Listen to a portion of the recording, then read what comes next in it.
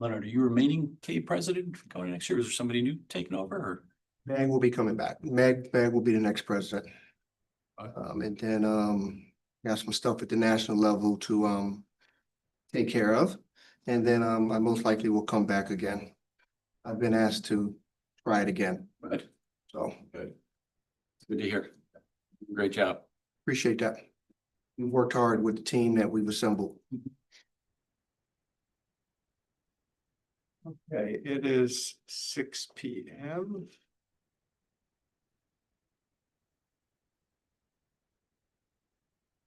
We get into the.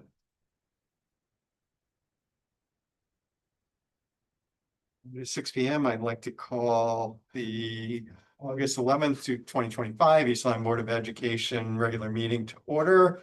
First order of business is pledge of allegiance. For those of you who can stand. So, pledge. Allegiance to the flag of the United States of America and to the republic for which it stands, one nation, under God, indivisible, with liberty and justice for all.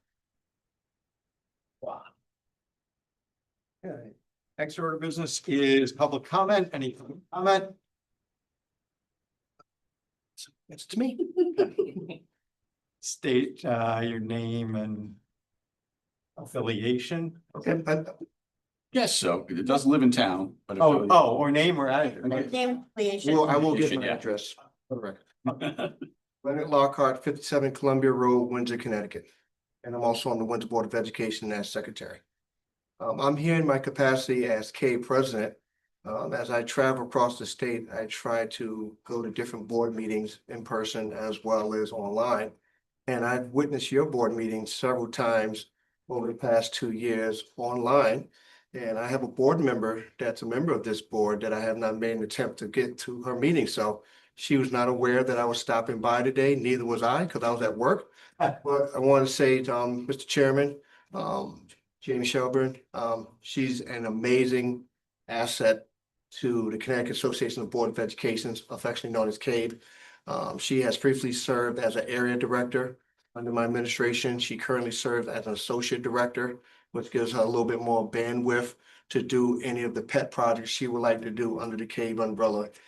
She has traveled representing CABE in the Northeast regional meetings. She has traveled to the annual conferences of the National School Boards Association, and she's just been a staunch advocate for public education, not only for within this town, but when she's at that state level, she understands her role at the state level and really advocating for every single child in the state of Connecticut for a high quality public education and help them find the genius, justice, and joy in the process for both students and the educators. So I found it not robbery that I was in the area that this meeting was happening today. So Jamie, on behalf of the board of directors, I thank you for everything that you've done. It's my hope and sincere prayer that you will consider state leadership on the CABE board of directors. You are just a gem, and you've actually gone above and beyond and done the job. And you are a true representative of this town. So this board, I believe, is quite fortunate to have you, and we truly appreciate you at CABE. Mr. Chairman, the board, and to the superintendent, thank you for allowing me a few moments to recognize her. Yeah, thanks for coming. Thank you. Thanks so much for all you're doing and thanks, Jamie, for what you're doing for us and Want a picture, Jamie? Yeah, I can picture. We usually Never. photographer. Got it. At least you got it. Looking for the earn the favor. All right. You want to get it? Yes, absolutely. Mr. Newton. Sure. Here, let's do it in front of our sign, so it looks nice and official. You can come together, yeah, we just. May I take a picture with the superintendent? Absolutely. Sure. Jim, there you go.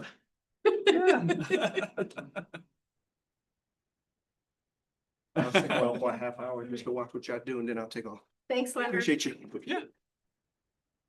Thank you very much. thank you so much.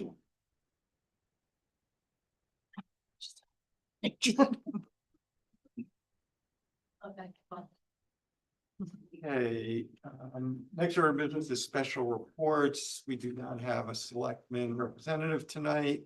So move on, and we do have need for executive session to interview finalists for the Director of Safety and Security.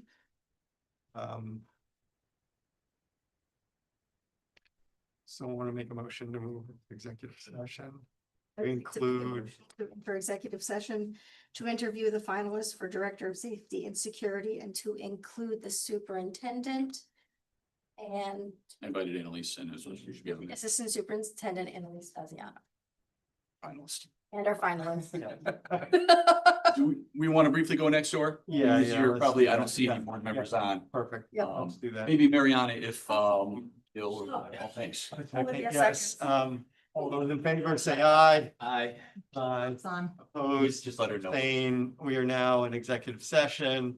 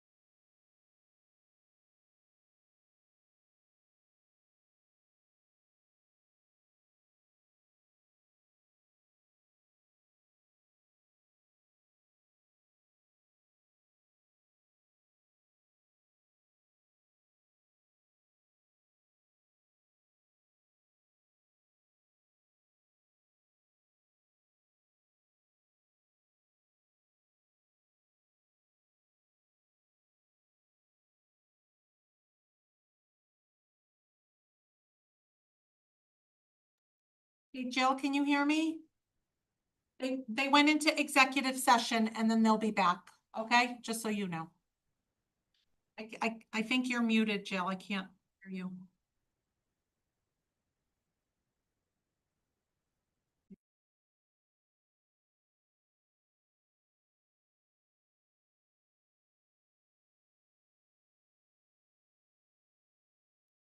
That's what I assumed, is that since there was no one there, or there was a better party somewhere else, that's where they went.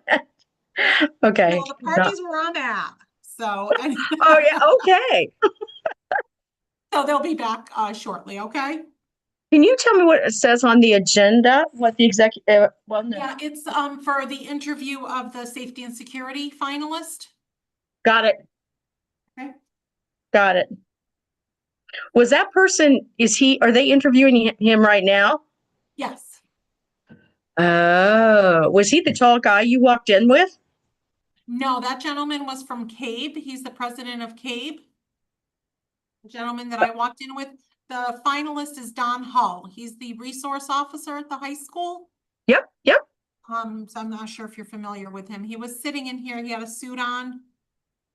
Oh, That's the finalist. So he's an East Line police, or was an East Line police officer, and he was our resource officer here at the high school and the middle school. and he worked for East Lyme Police Department? Yes, and then prior to that, he was at, I believe, Old Saybrook PD. Okay, or that's fine. Okay. I don't think it really matters whether I meet him or not.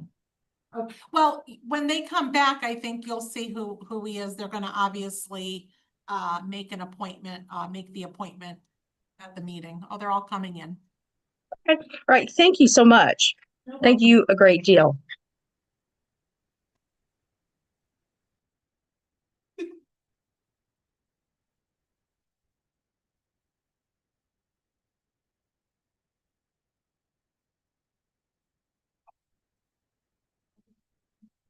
He's on Zoom. But I didn't know if she was on the phone. No, she wasn't. So she wasn't. No.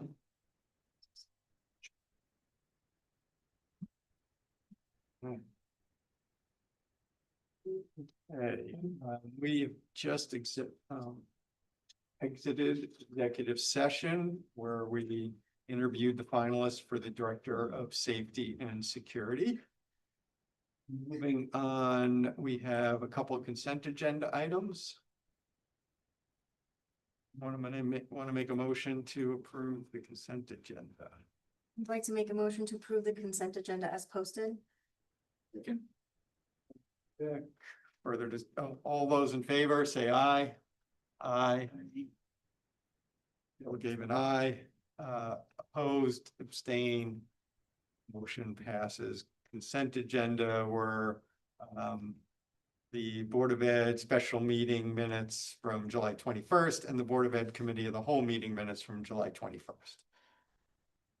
Moving on to discussion action, we have discussion action, proposed appointment of Safety and Security Director. I'll turn it. Yes, yeah, absolutely.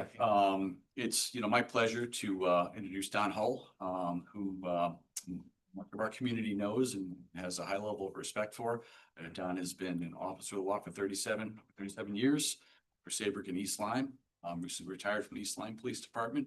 Just knows our town, knows our school district. Our SRO has done some marvelous things, and through our process, which was involved, we had a great committee. Number of candidates that we interviewed, and went to a second round, and Don emerged as our finalist, and I couldn't be happier to bring him aboard and part of our team. It's only going to strengthen our team and strengthen our commitment to the community. So, it's for your appointment, and I'd like to make a motion to approve the appointment of Donald Hull to the Safety and Security Director position for the East Lyme Public Schools. I'll second it. And further discussion? All those in favor, say aye. Aye. And their ayes opposed, abstained. Motion passes unanimously. Congratulations, Don, and thank you.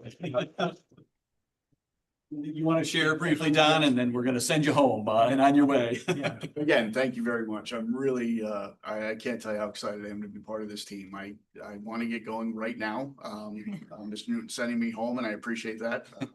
But again, thank you so much. I will not let you down. I will work hard and the kids first. And I can't wait to get started.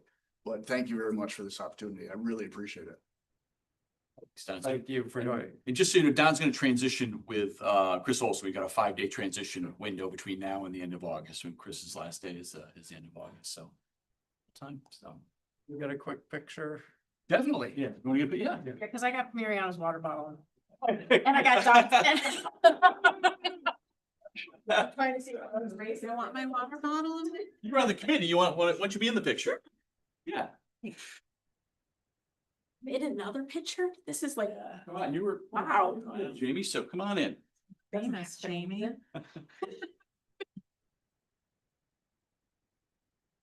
perfect. Excellent. Thank you very much. Thanks. All right. We'll Thank talk you. to you soon, Don. Thank you Congrats, very Don. much. Thank you. Thank you, sir. Thank you. Soon.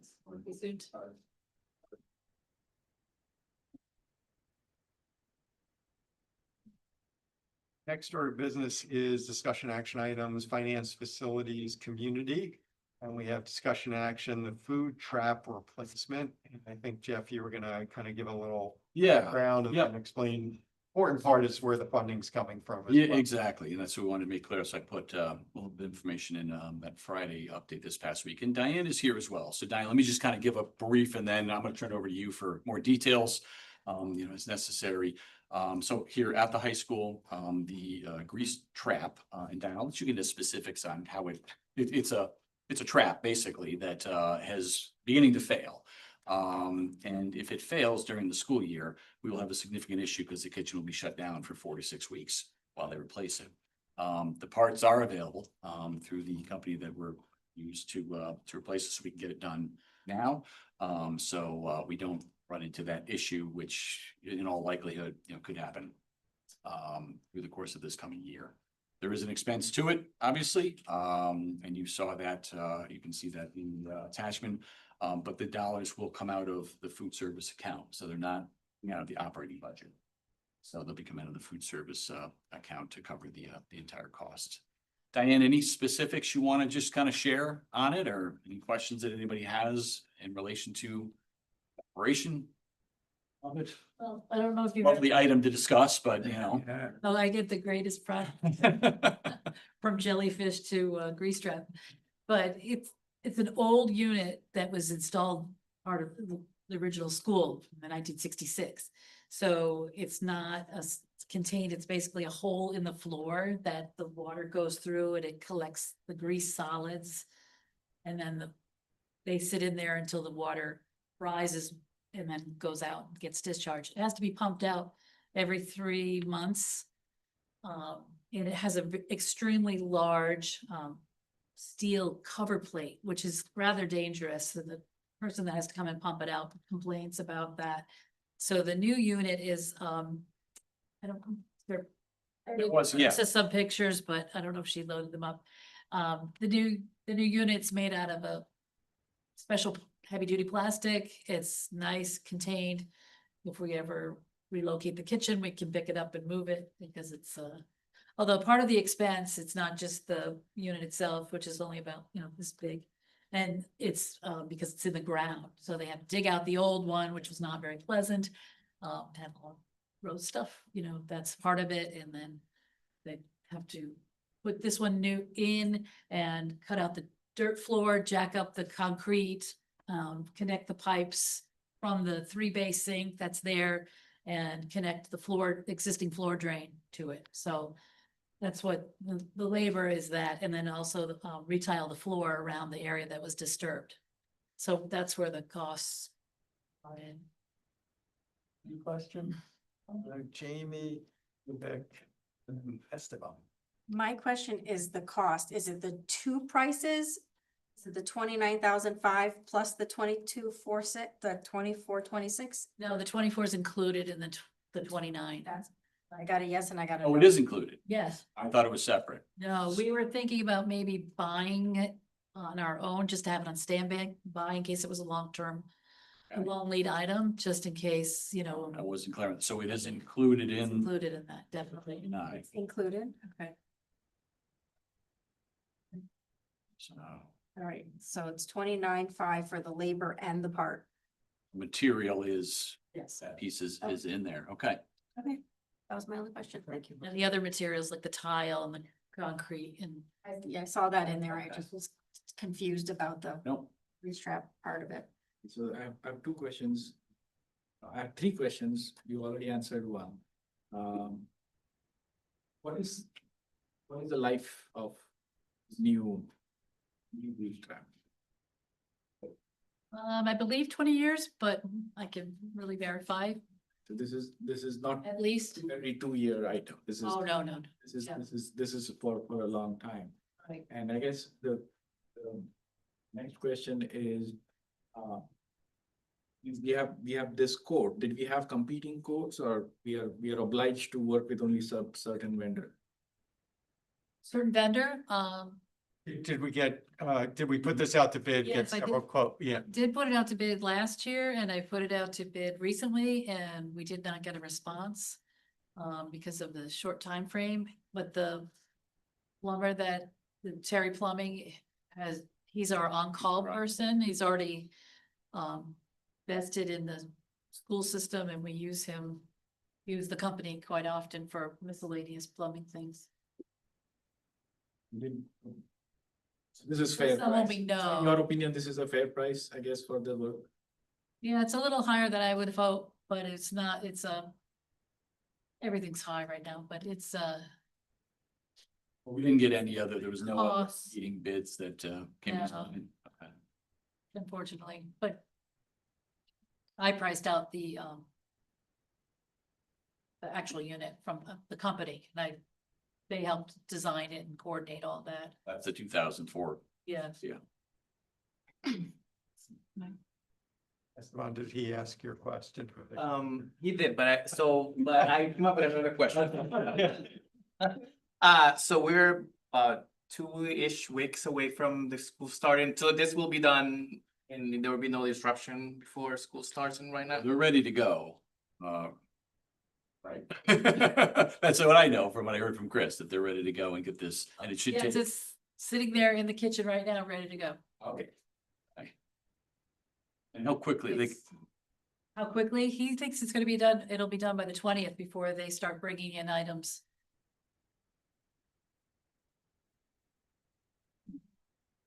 Okay, let Olivia, Uh, oh, no, I just want to ask a clarifying. So I'm, Olivia and then Mariana.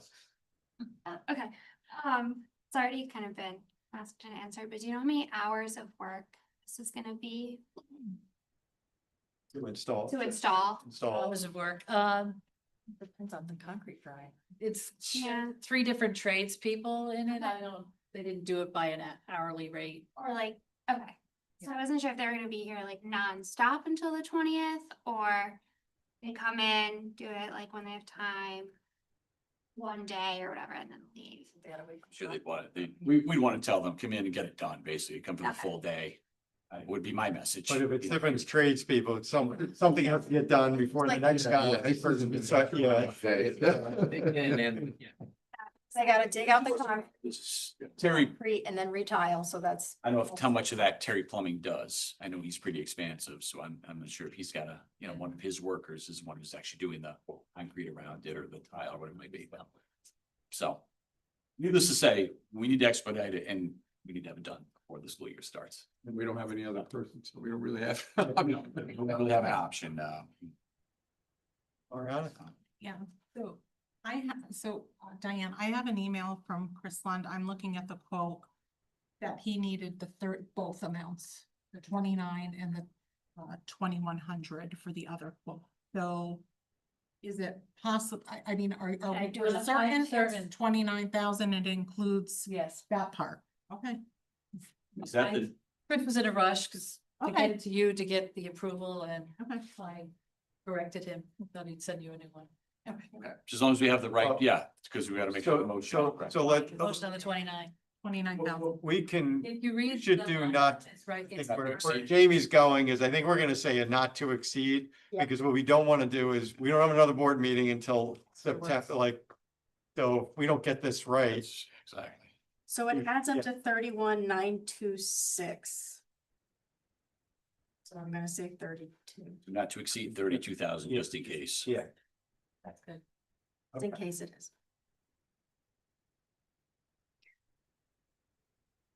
Wanna make Yep. the motion? I would like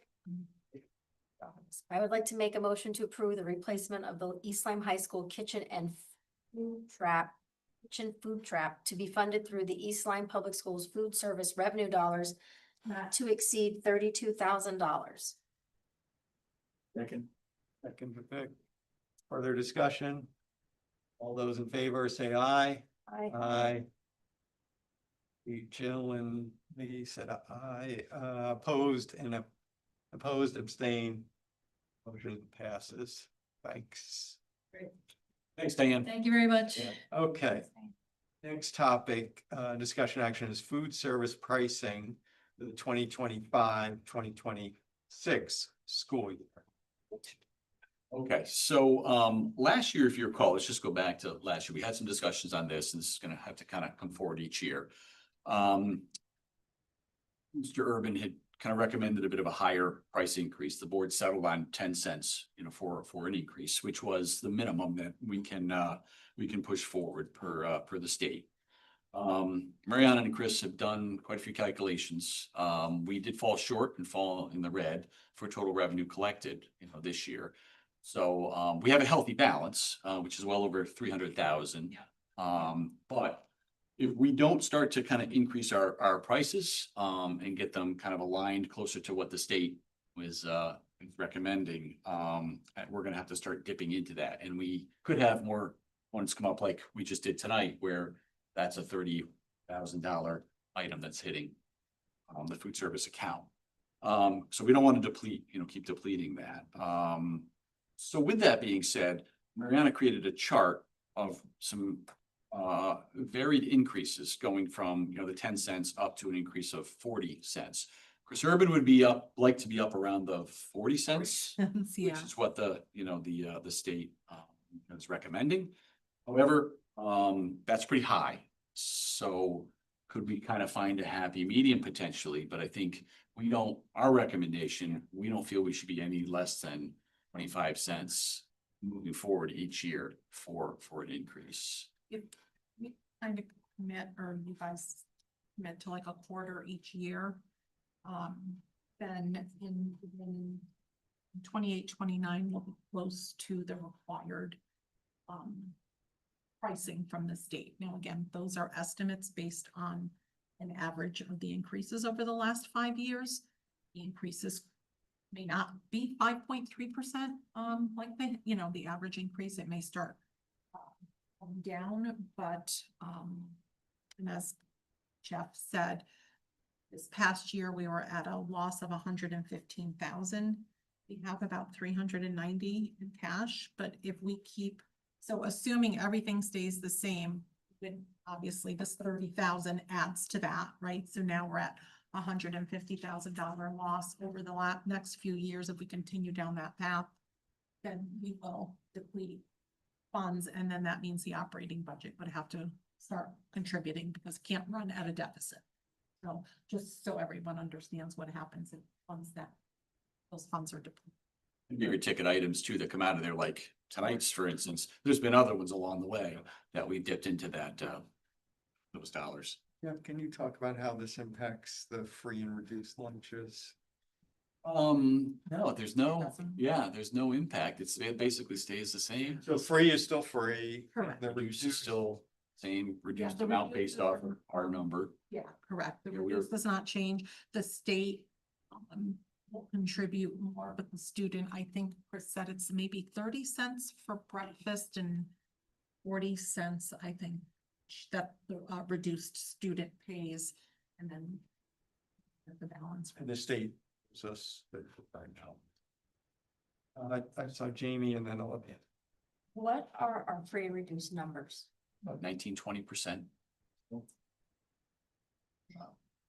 Two kids. My next question is, do we think it should be higher, but parents aren't filling out the paperwork? I think that's always been the case, Jamie. I think we do try and we send home, every time we have a deficit. And we owes us money, we send them the letter, we attach form, try and be discreet about things, but some people, they don't want to fill it out. Some people do, but, not capturing, everybody, I guess, is how I can phrase that. What was our unpaid lunch balance last year? 5,000. Almost 5,000. And the year before that again was roughly the same amount. Sorry, I'm gonna be just, Okay. remind me, when you, student pays. Nobody, He knows. nobody knows, Nobody because knows they're whether using it's their free car, or whatever. reduced. Nobody knows. knows. Nobody knows if they have a negative balance on it, they still get, they Right, still right. get a lunch. Okay. They just don't get a la carte items. Yeah, they can't get a la carte items. Olivia? Yeah, so I was also wondering about the free and reduced lunch students. Do we think that increasing, like, let's say we increase this 40 cents. Will that, and this maybe isn't how it works, will that make the percentage of people who are eligible for free and reduced lunch higher? Like, are we? It's based on income. Oh, I mean qualification? Yeah, Yeah. like, we're not gonna price people out of the ability to buy lunch. No, no, All based on their. it's based on their income. Good question. The one thing. This that I'm always focused on or concerned about. Especially because we've been low and Chris has done a great job and his team keeping costs down is. I'm always worried, I don't want to have a year or concerned that we'd have a year where all of a sudden. We need to increase it a lot, and I think 40 cents for me is a lot, like to tell parents. 1 year to the next, it's going up 40 cents, that sounds, to me, that sounds like a lot, so. Incremental increases over time. I think you mentioned like a quarter a year or something, if we could tell parents and tell, we're well below the state minimum. We're working our way back, and the way we're gonna do is you're gonna see a quarter each year or something like that. At least. Kind of know what you plan for, and it's, so. That's my perspective, we went with 10 cents this year. Some year, we're gonna have $1.50 increase or something like that down the road, which really be tough, so. Those are my thoughts. Others' thoughts? It's not, it's just, I worry about food insecurity in kids and being a kid who used to get free and reduced lunch. We had these little blue tickets that we used to get lunch with, so the stigma has changed that kids no longer can make fun of each other and they don't know that other kids are getting free and reduced lunch. But I think the stigma still is out there. I don't want to see kids go hungry because their parents are filling out paperwork and the kid doesn't think they can have lunch. It worries me. I don't want to see kids go hungry.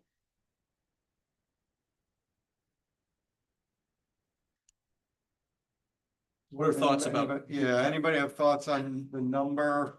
What comfortable with? The a la carte, how does that work with these numbers? That's totally separate. That's separate. Yep, that's totally separate. If they have money on their account, they can go up as many times as they want and get a la carte items. If they run out, that's that. And if Something the school makes money on? it's, Okay. Yeah. There's a little profit. yeah, the high into school is our those. biggest profit maker. It really kind of supports the elementaries.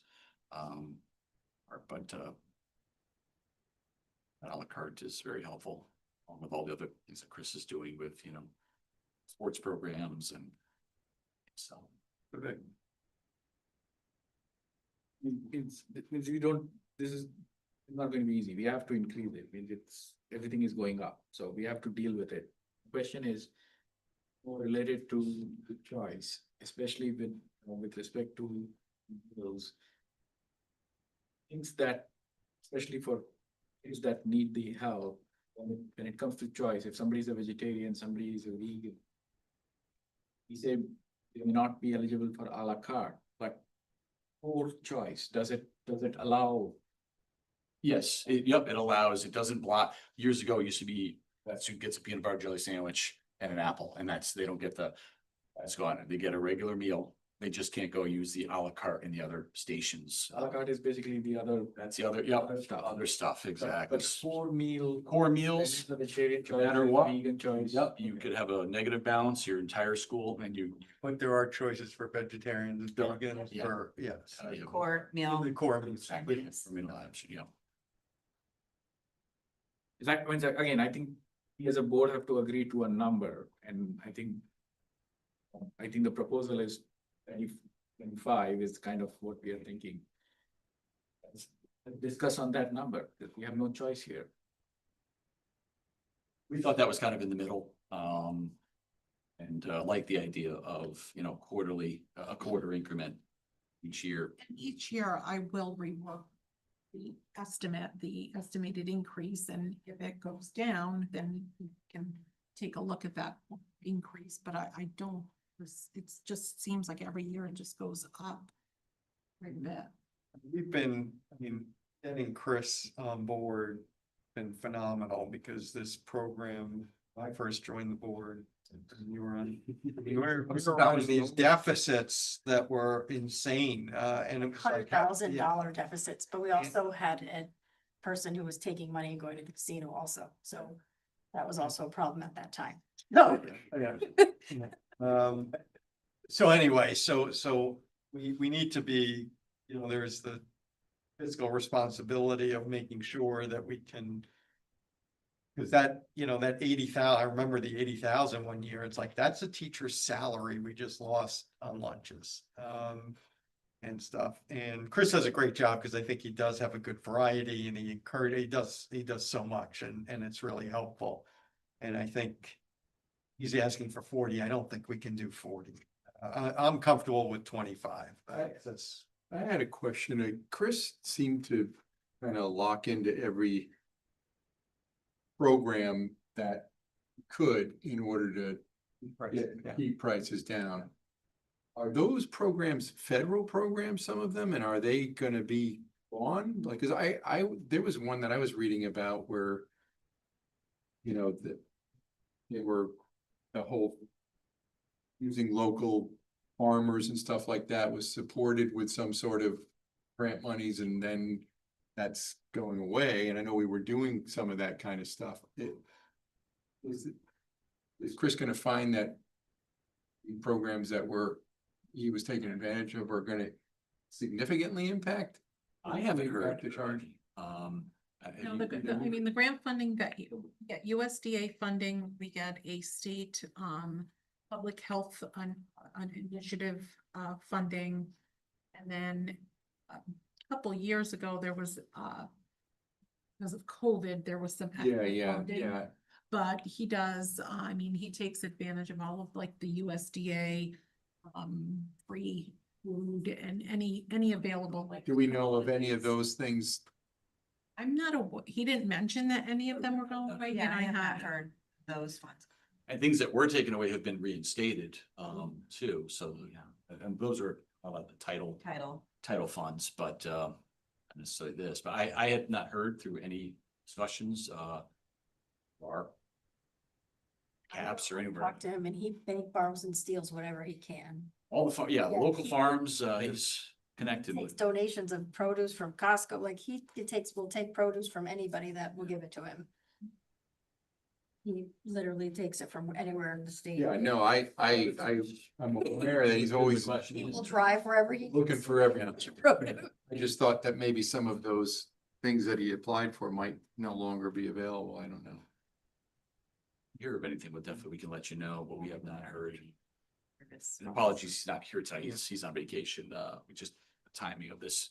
What would 25 cents increase get us to at least be a break even for next year? No, so that projected additional revenue number, Eric, that's at the bottom there, that's based on what we served for paid lunches this year. Yeah. That is the projected revenue. So we increase at 25 cents, our projected revenue would increase by 32,553, assuming the exact same number of, So we would lose 70,000 next year? yeah. Corrected. That's why if we can commit. I mean, I know he's gonna do everything to mitigate it and all that stuff. Yeah. Correct, but if we kind of each year revisit it and increase it, like I I see think. why he's asking for 40. Yeah, I think like Old Saybrook, they are at 375 for elementary, 4 for middle, and 425, I think, for School. high school. And so, and some of the other schools are now off because their deficit, their balance that's owed is getting pretty significant. I mean, ours is 5,000, which I think is significant, but I mean, there's people across the state that own 20,000. So people are all looking at the figure something.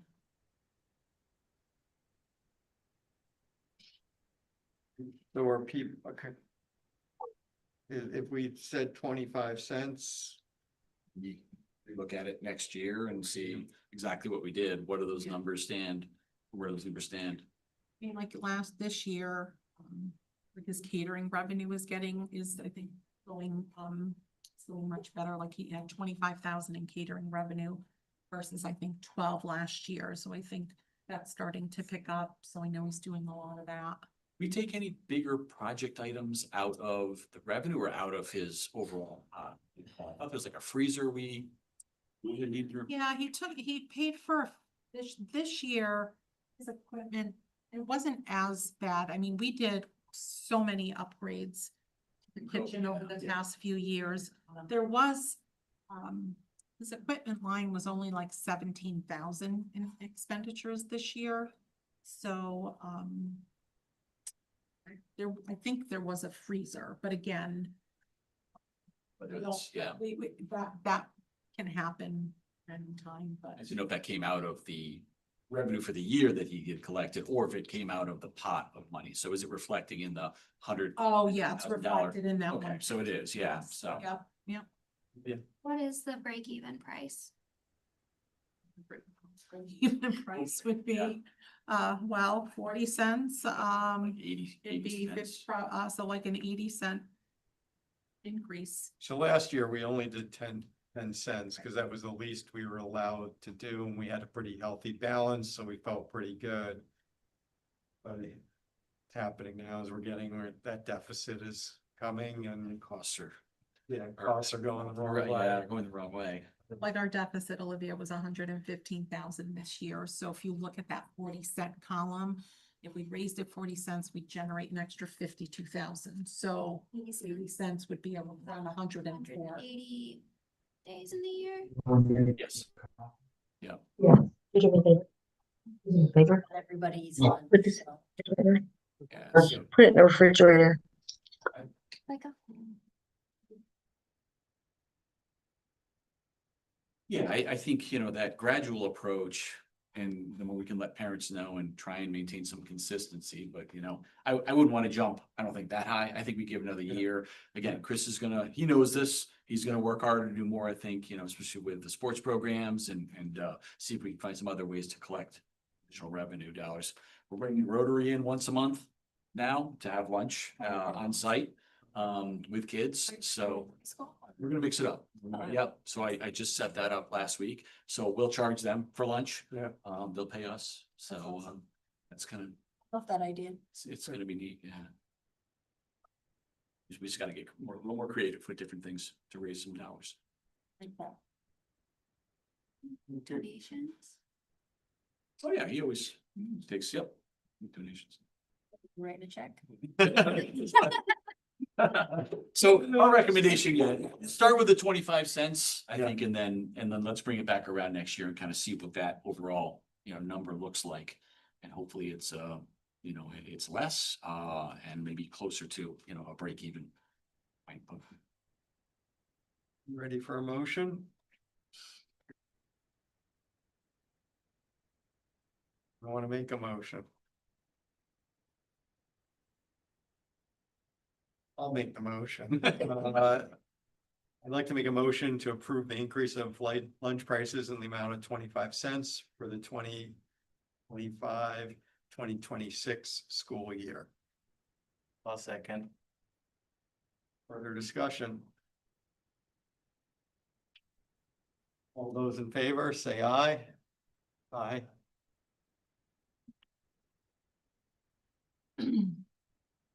Opposed? Abstained? Motion passes. We'll send that out. I'm sending out a parent letter next week. I'll have that blurb in there, that change, and then Chris will send another letter out right before the school year, as well as the schools will send that out too, so. If there's some way to, I don't know if it helps, but to let the parents know that we are below. Yeah. We're still below the Connecticut minimum or whatever. You know, that. I think that's at least helpful that we are trying to keep them as low as we can. Yeah. And, yeah, for sure. Next item for discussion action is proposed Lily B. Haynes gymnasium bleachers. Okay, so, as many of you know, the middle school in Lily B, because Lily B has two gyms and Lily B has, it used to be a middle school, it's got a very large gym. Those two schools are used the most for youth basketball, the town's youth basketball program, as well as the travel teams, many Saturdays and Sundays. Last year, actually the last 2 years, we've been able to, the youth basketball program has installed, in lieu of us charging them for Saturday and Sunday custodial time, they've installed new side hoops in Lily B. There's 2 more to go, but what they've asked for is that they install bleachers, which have been all measured out, no impact on the floor. So people can even walk by while a game is in progress when they're fully extended. So parents have a place to sit. Right now, parents come in, a lot of these are travel teams. We have folks, parents, kids from other towns that are coming to Lily B, not knowing that they had to bring a chair, and they have to either sit on the floor or they have to stand for a game. The best part of the basketball games is sitting all sprawled out on the floor.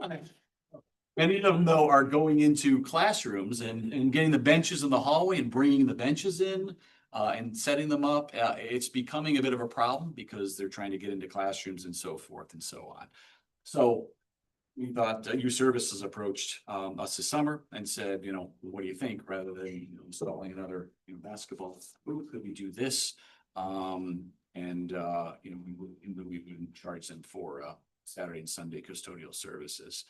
I think I talked to the Lily Beach principal, we talked to the PE teacher, custodians down there, they're all fine with it. The custodians are in favor of it too, because, it will help with, again, we talk about setting up chairs, it'd be cumbersome for them to have to do. So long story short, we think it'd be a win-win. They can be used during, student plays, so we can use them as well.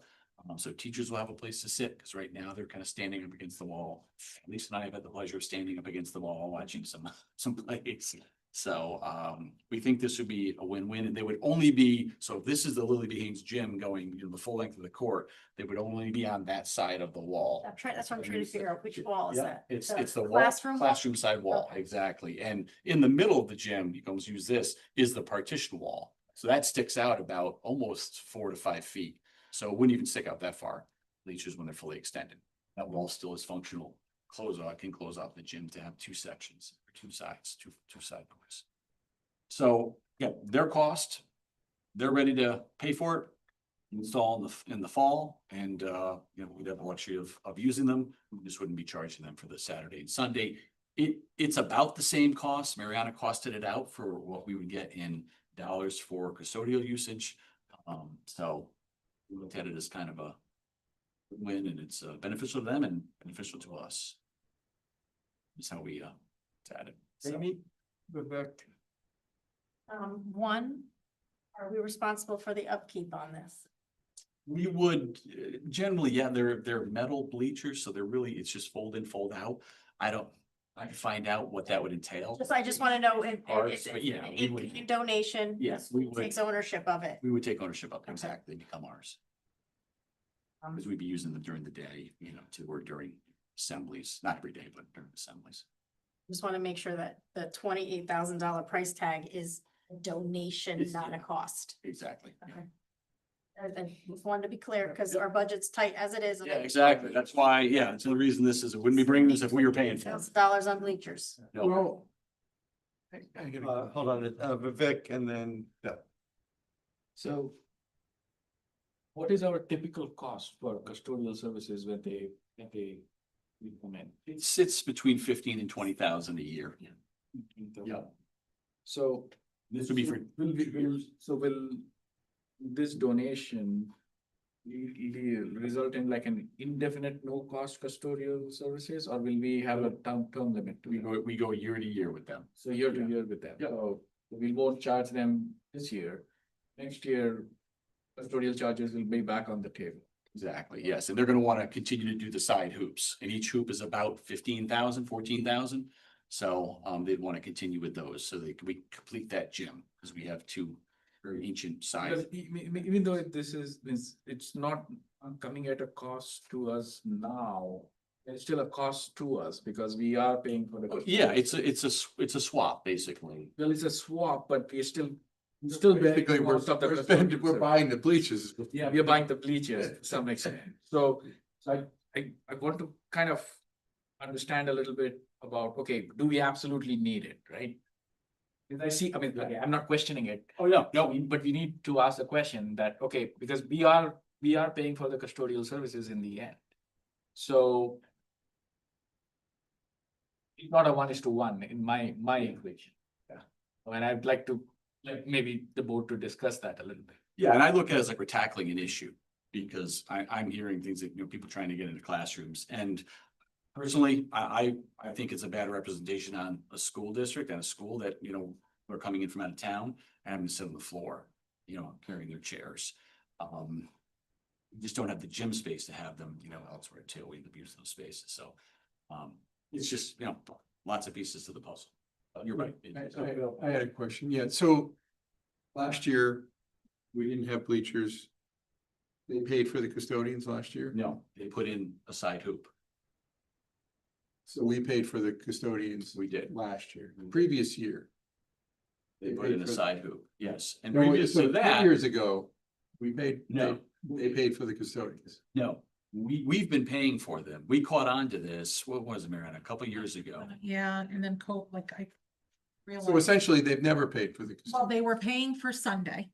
They were always paying for Sunday, and then Saturday, when I realized they weren't paying, I think we used to have years ago, way before my time, like a floating custodian, if you will, that we were already paying anyway Yeah, as sure. part of our budget. So I think we weren't charging them, because I think that custodian would go to the various schools, open up the buildings, do whatever needed to be done, and then shut it down, because they pretty much use Flanders, Lily B, and the middle school. They don't use Niantic Center so much for games, and that's what's on Saturday is games. I was just Yeah. looking at, so Yeah. to So- Vic's point, like if last year they were paying, or the previous year they were paying, then somewhere along the line, there's a discrepancy of $28,000 or $20,000 that we would need to make up. But if we've already been making that up, our budget isn't going to change for this year. It's not like we are losing. We've already budgeted to pay for these bleachers. Basically, yes. Basically, whether you go with. Yeah, charge for so, and custodian if we or- don't get the bleachers, we would end up putting Well, we should. put in- $20,000 into our extra money account or whatever. Or I would recommend continuing the hoops. We did do the features. Yeah, no, I'm just, Yeah. but the point is, we're not gonna see it. We're not gonna be like, No. oh, shoot, we gotta make up this 28. So It's- that's a little bit easier to swallow, and that not trying to make something up.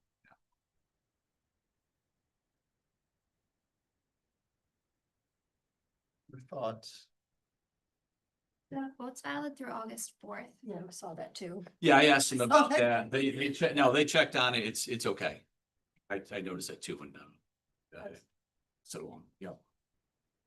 Something to hear is, although we are kind of technically paying for this. Is that the only quote we got? Is it Is this a They, fair? no, fair they looked, assessment? they, from what they said, they looked at a couple of different quotes. This was the one that. Then Chris Lund, they shared some with Chris Lund as well. Yeah. So. Oh, yep, thank you. Lee? Just more of a kind of request moving forward, because there's been kind of a consistent, even with like the chat about the grease trap, but I think it would be helpful kind of moving forward with these requests just to get a sense of how many other folks bid and kind of just like a ballpark of what that came at, just so that we can have the full picture on kind of where the quote that's being recommended to us kind of falls in the broader kind of scope of what came in. Yeah, that's fine, Lee. That's I will Lee. talk, yep, I'll talk to Chris Lund. Cool, thanks. Bring this forwards. I'm also hearing absent going forward in our communications with basketball is maybe we, and if I'm wrong, but maybe we would prefer that they pay us for the services and then we can decide if we want to put the new hoop in or want to put in or use it for something else, I guess. Am I hearing that we want it as a two-step process rather than? Yes. Yes, because I don't know, how they decided that. Bleachers? Why they said bleachers was Oh, where they decided that putting hoops in was their thing to waive custodial costs, like, I just don't understand that. I can, concept. I have a little basketball on that because I was on the youth Well, basketball that board you for run, but I years, just but, don't- so what happened, so years ago, there was a Saturday. Custodian, which is what, Marianne, when I was on the board, there was a set, so there was nothing to pay because he was. He was working already. Working already, and then the contract with the custodians changed to be a Monday to Friday contract. We got rid of the Saturday. And we got rid of the Saturday, which I think got, with COVID and everything else, I think got lost in the translation. And then I think Mariana picked up on, wait a sec, they're here Saturdays, we're paying for this custodian. What the heck, you know? And then, so then my understanding, again, I'm long off the board, was in a discussion, it's like, well, we wanted, I think it started with, it didn't, second only be Jim, where it start, where we put in new hoops there? During, after the renovation. Yeah. They. So I paid think that for- Yeah. They paid Yeah, for. because it wasn't gonna get done. It as part of the wasn't gonna get project. done as Yeah. part of the project, it wasn't in the project, so they paid for it. So I think that's how it kind of all started, is like, oh, is there something the schools need that we can use the money for? But I think we've gotten probably past the needs, and maybe we're in this is maybe in the wants category or whatever. And that if we just ask them from now, going forward. You do it for this year, but also, make sure we communicate, like, going forward. You pay us, and then we can make a decision. You could put a recommendation and say, hey, we're giving this money, we'd like to see X, Y, Z. I think that would be, but we would make that. So we have a gifting policy that says we can't accept gifts over $25 for teachers. Well, this is a donate, what's the I name of donate? understand that, but we also have a donation policy that donations have to come to the board to get approved. Yeah, this is kind of in lieu of services, so it's like a third Like, of all of This this. is not even. That's why it's here. this isn't in any kind of documentation, so my question kind of is like two or threefold, I guess, is was there a conversation where they came to you and said, hey, Jeff, we don't really feel like paying the custodians, can we bring in someone to put in new basketball hoops? Or did they just show up one day with some maintenance workers and put in new hoops? Like, No, remember. I'm just curious as to how this conversation. It started back after the renovations. They started replacing. But did they have your permission? Did they have a conversation? They did, Okay. yes. As long as We've there was some we've kind of a approved- conversation. Those have come to the board. Yeah, And we've some in the approved. past, yeah. Like there was Yeah. just like, hey, Jeff, we're putting in basketball hoops and we're not paying you for custodians this year, like. No, but this one kind of came up a little quick, and that's why I said, hold on, because I went to a place too of, not to throw a little monkey wrench in it too, but during the renovations, remember, Jim, you were here. We didn't put bleachers back in. Well, we used to have bleachers. We didn't put them back in because of the cost. And so we put them in none of the elementary schools. They really wouldn't fit in the other two schools, but they would fit here. So it's just that question of, Remember Lily be having bleachers, because I used to sit on the floor for every basketball game in the corner with Charlie sleeping in my lap as a baby. brown wooden ones. I've heard those seeing. Yeah, Were they in the small gym? no, they're in the big gym on both sides, all the way down. Yeah, either side. Sat on They the. just didn't pull out to climb up on them. Yeah. I don't remember any of these bleachers. I remember the pull-out partition, but definitely no bleachers. So where are we on, where people? Have a question. Yeah, go ahead. Related. So other than the youth basketball, do we have any other organizations that we have similar arrangements with, or like they use our facilities? No, Weekends there's or- there's no other, other groups. They're the only ones that really are taking up. They use a bulk of it, the Yeah. cheerleaders use it a little bit. But most of the organizations use it at night when the custodian's is already there. You guys had voted that, obviously the custodian's already there. So during the week, they're out well before the custodian goes home. Occasionally I might have like softball or baseball and I bill them. If like the weather's bad and they need to do something inside, but really basketball is up bulk of our gym space, the youth basketball. The football and like baseball fields in the middle school, those are not ours, those are the towns. Those are the towns. Okay.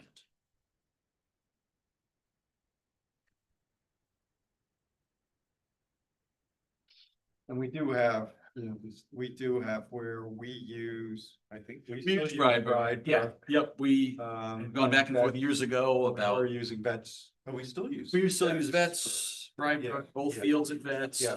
No, we still, yep, exactly. Yeah.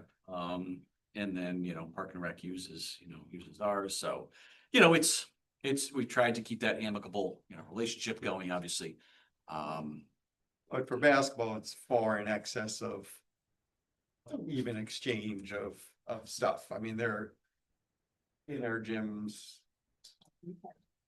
and during the week, like every night, I mean, it's there, Yeah. our gyms are fully utilized. Yeah. Yeah, this is a structure. We use Salem's gym for youth basketball. Yeah, you're right. And William School too has been. Oh, we still do too. I don't know if we still do, but we did. It did when I was on the board for a little while, we did. My daughter played, yeah. But again, you talk about structural change. I put the brakes on this. This has got to come to the board for discussion. I remember the little bit of controversy with, we took them out after renovation, so. It's really Where are people on this? So options. Approve as is. A secondary part of that is for next year, we can also ask them to start just pay us for the usage. We can continue the process where they just keep replacing hoops that are needed. That's kind of a going forward, not necessarily with this, but we should communicate what our thoughts are to youth basketball, like for this year and going. We can also say no to this and say, we're just gonna pay us for Saturday, Sunday, and then we will have budget dollars to decide what to do with. So those are kind of the options. Olivia, Jamie? You said, oh wait, hang on, I lost my train of thought. I was thinking of two different things. So did you? Come back to Rewinding, have we thanked the youth basketball for making the upgrades to the gyms? Yeah, and well, they know it's a, I understand they know it's a give and take, but have we thanked them for doing the work that they've Is there done? a plaque in the little small Lily Beach gym by one of the hoops? I thought we, again, I haven't been in there much, but I thought we had put a plaque up. I haven't been thanking in there them. since COVID, so I don't know. Yeah, I thought we did. and we would be memorializing this year to year. I understand that, but I just, if they've done all of this work, I mean, maybe acknowledging that they've so done all of this work. Probably taking it out of their budget. Yep. Go ahead, Audrey. Get back to me. Alright, so if not for the Youth Basketball Association, would we teachers in that gym? Like if we said pay for Saturday, Sunday next year, would we actually budget for that? And I don't know, but I think that's something we need to think about. Like, do we actually the bleachers? I don't know. I think the short answer is probably no, we would not do it. The longer answer is then we have to come up with some solution, kind of safety and security at Lily B for the games, especially when whether they're East Lyme or out of town, but if they're starting to bring in benches and going in a classroom and taking chairs. That's bad. That's what's. People are, yeah, that's bad. So we need a different answer then. 'Cause I think what's going on is bad. This is one solution. But are there others? You have like a cart with folding chairs on it. Yeah, we did it when my kids were in basketball. And- We have them with sets of 10 chairs on them. They'd have to pull them out from the side of the gym. This is where the custodians are like, we don't want to do that sort of thing, because they gotta pull them out, they gotta set them all up, they gotta pick them up. They they do gotta- so take those out to it's just set up for a the lot more. bench, for the benches for the teams.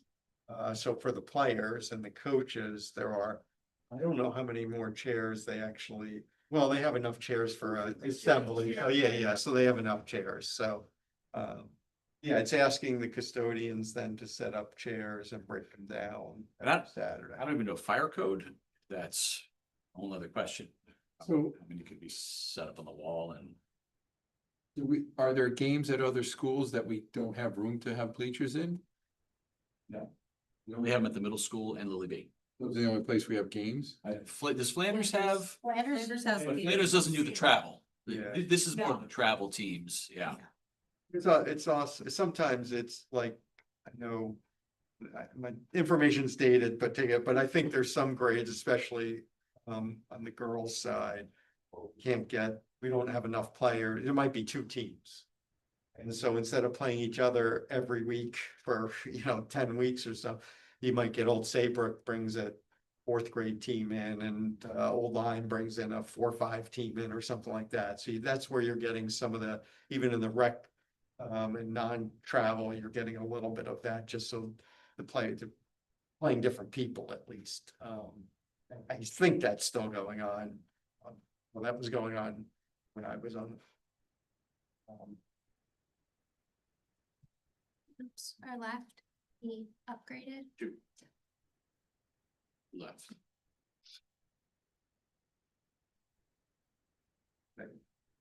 Is wondering out loud. The budgets are tight, right? Means at the end of the day, being kind of pressure test everything. Would we be willing to offer up custodial services at a reduced price to kind of make this sense for us? I'm not saying that it doesn't make sense for us. It's just that there is a cost associated with it, which we are not accounting. So. So you're saying it's a for question them to put in the bleachers and still pay a custodial fee? at A a reduced- reduced rate of some kind. Good, if I'm them, They're not gonna, Yeah, they they- would say, but this is a big expenditure for a youth organization. No, I Yeah. totally understand that, and I'm. I thought you were going somewhere else, which is, is there so if the custodian on a Saturday making up number, I'm just gonna use $100. We pay a custodian Saturday, they get $100. If for Lily B, we offer $125 to the Lily B custodian because they have to do all this extra work that really wasn't part of their intention. I don't know.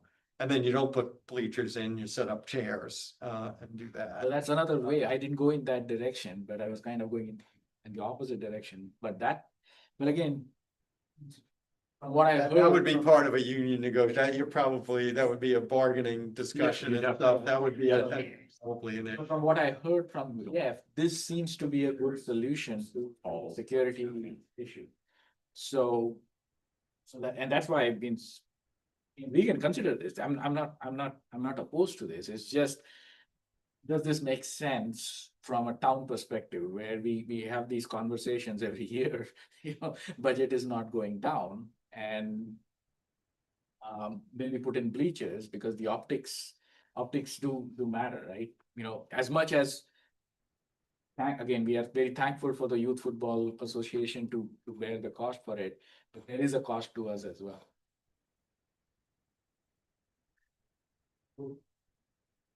So I have a couple options. Well, one option is for this year.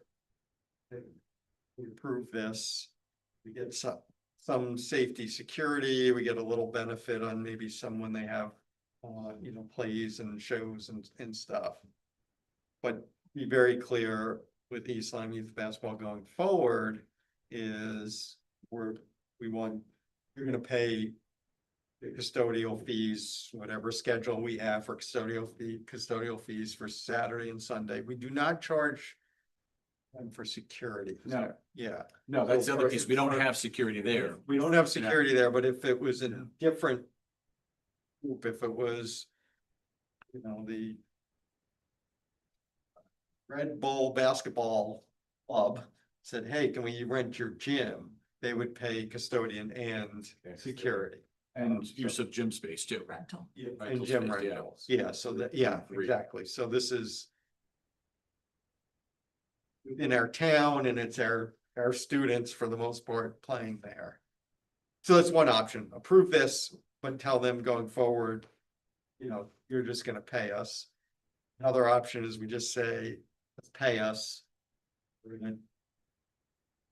We're not sure about this at this point, and we'll consider it, I guess. Or not.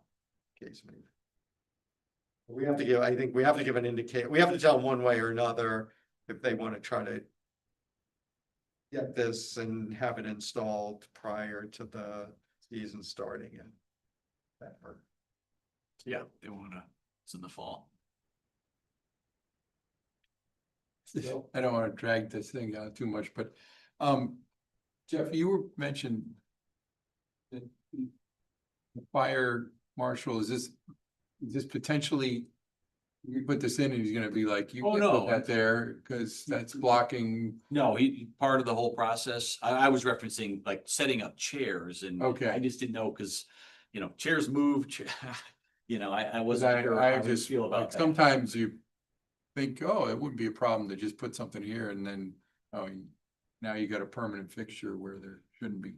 I don't Yeah, know. No. Choose there. It was just the chairs component that I was just worried about.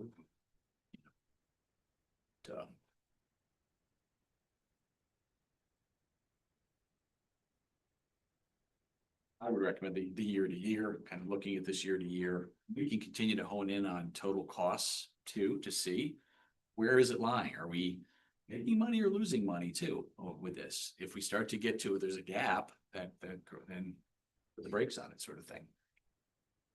Sure, we don't want to be losing the dollars with this, that's for sure.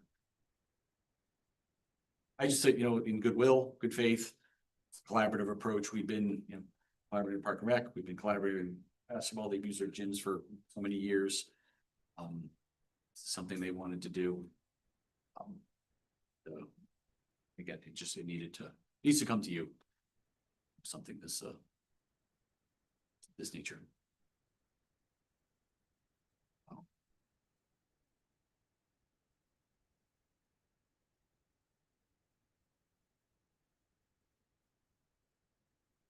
I'll make a motion.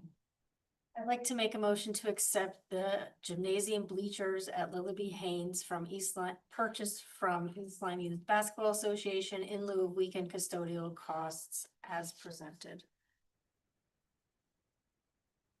Second. Further discussion?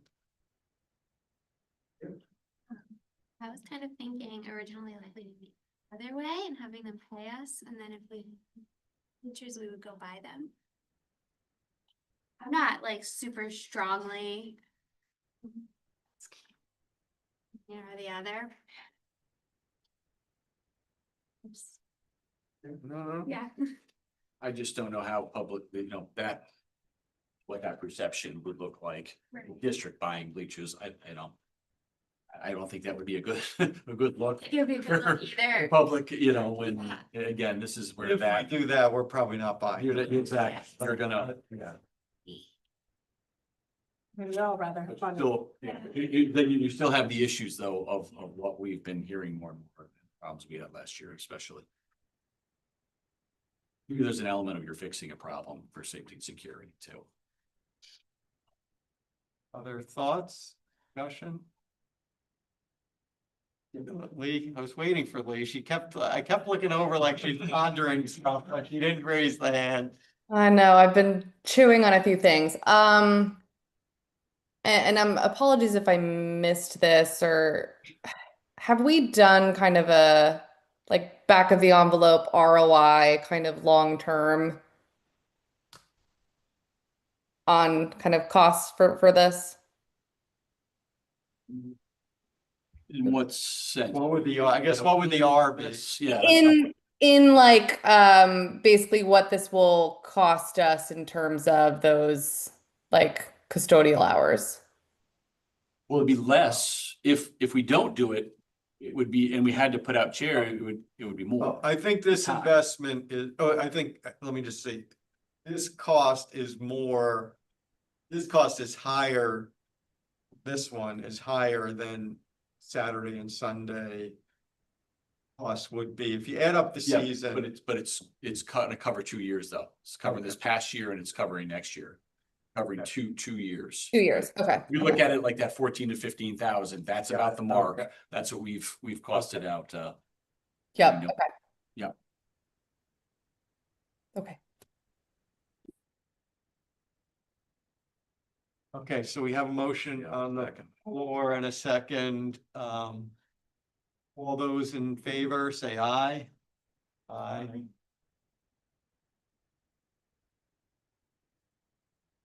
Yeah, she had her thumb. She did. Okay. Opposed, abstain.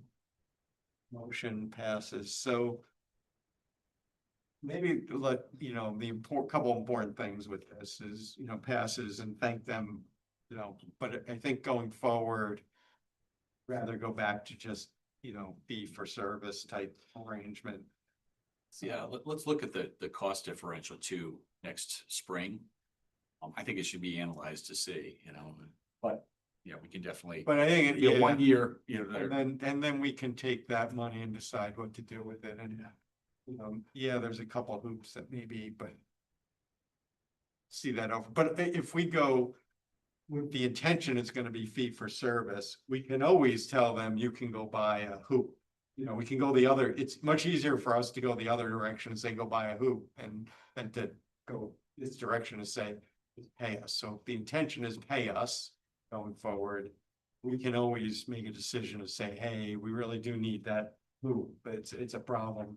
You guys want to buy that next year. Or so the something. intent is always to pay moving forward, but Yeah, so we're going the opposite direction. yeah, just kind of flip it. Yeah, that makes sense. Yeah, and flip. I would say to Lee's point too, are we looking at the whole picture? We're talking about cost of custodians. If it's a weekend, why are we heating the gym? Why are the lights on in the gym? That's in the wintertime, that could be, well, the electricity is electricity, but I don't know, what does it cost to run the lights for a day and turn the heat on for a day? In 3 gyms. So you're saying a whole different thing of just shutting it down altogether, not allowing them to use it. No, I'm just like, if But what's the we're- true if- cost? if Come up we're with the going full down the cost. road that, Yeah.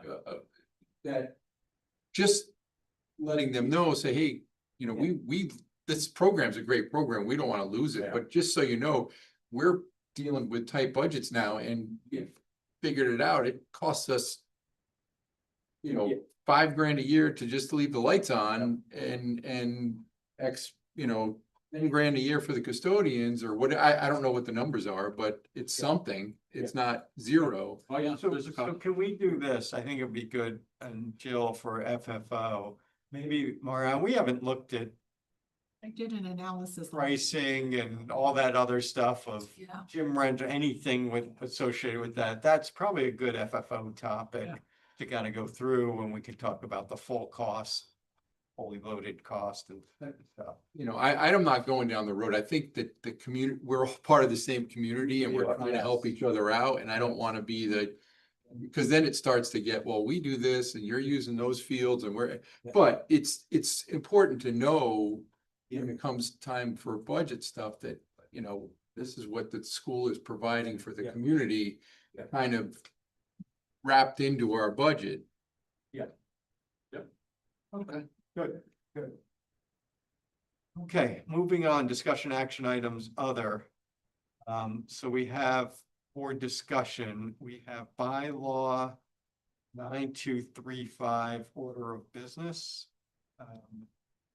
Jeff, I think you were gonna. Yeah, this was discussed at the policy committee in relation to the call to order in reading the public schools mission statement at the start of each meeting, which is listed in here. We talked about it at the policy committee meeting.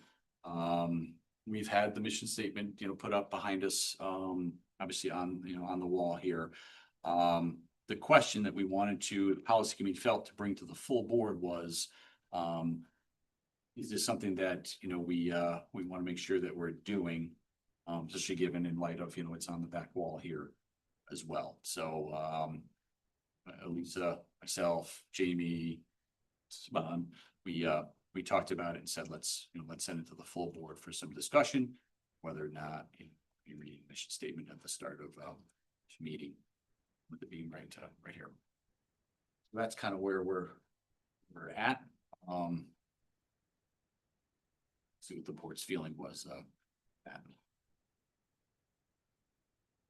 And I think the crux of the issue was that technically, way that the bylaws are written, we're supposed to be reading the last 2 years. the mission statement, right? So we haven't necessarily, I mean, I think we did it a couple times, if I remember, like here and there, but we haven't. So like the question is, do we want to amend the bylaw so we don't read it, or do we follow it and read it? And so I guess that's the discussion. Yeah, I remember when we went through that whole, doing all the policies and everything. Remember that our attorney's name, why am I? Jessica. Jessica. Yeah, I remember one of the things I know, but I finished. One of the things she talked about is what's in your policies and make sure you're doing. Like if you have something in your policies, bylaws, and you're not doing it, it shouldn't be in there. So make sure, so that, I think that's where this came up, is we're not really doing it, but it's there. So we either need it stays and then we need to do it, or it comes out and we don't do it. But kind of having it in and us not doing it is not good board practice.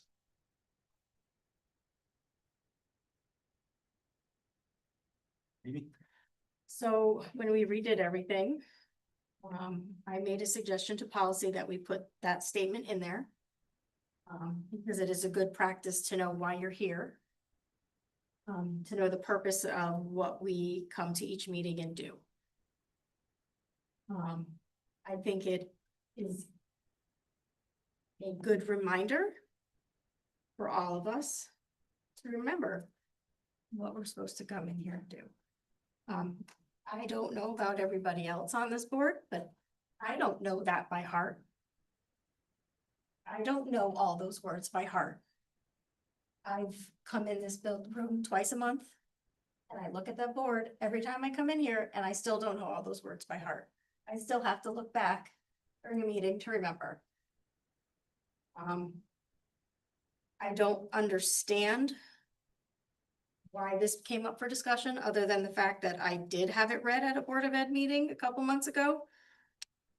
When I covered. And after that, it came to policy for a discussion. It has never come up in 2 years that it's been policy. I think that we should keep it. I think it's nice for us to remember what our purpose is for coming in here every single time we come in here. I don't know why we would not want to know what our purpose is when we come in here all the time. Other than it is back there behind us for the public to see, but when we sit, we don't see it, it's behind us. So it is a nice reminder at the start of every meeting for us to state our purpose and what we're doing every time we're coming in this room. Those are my thoughts.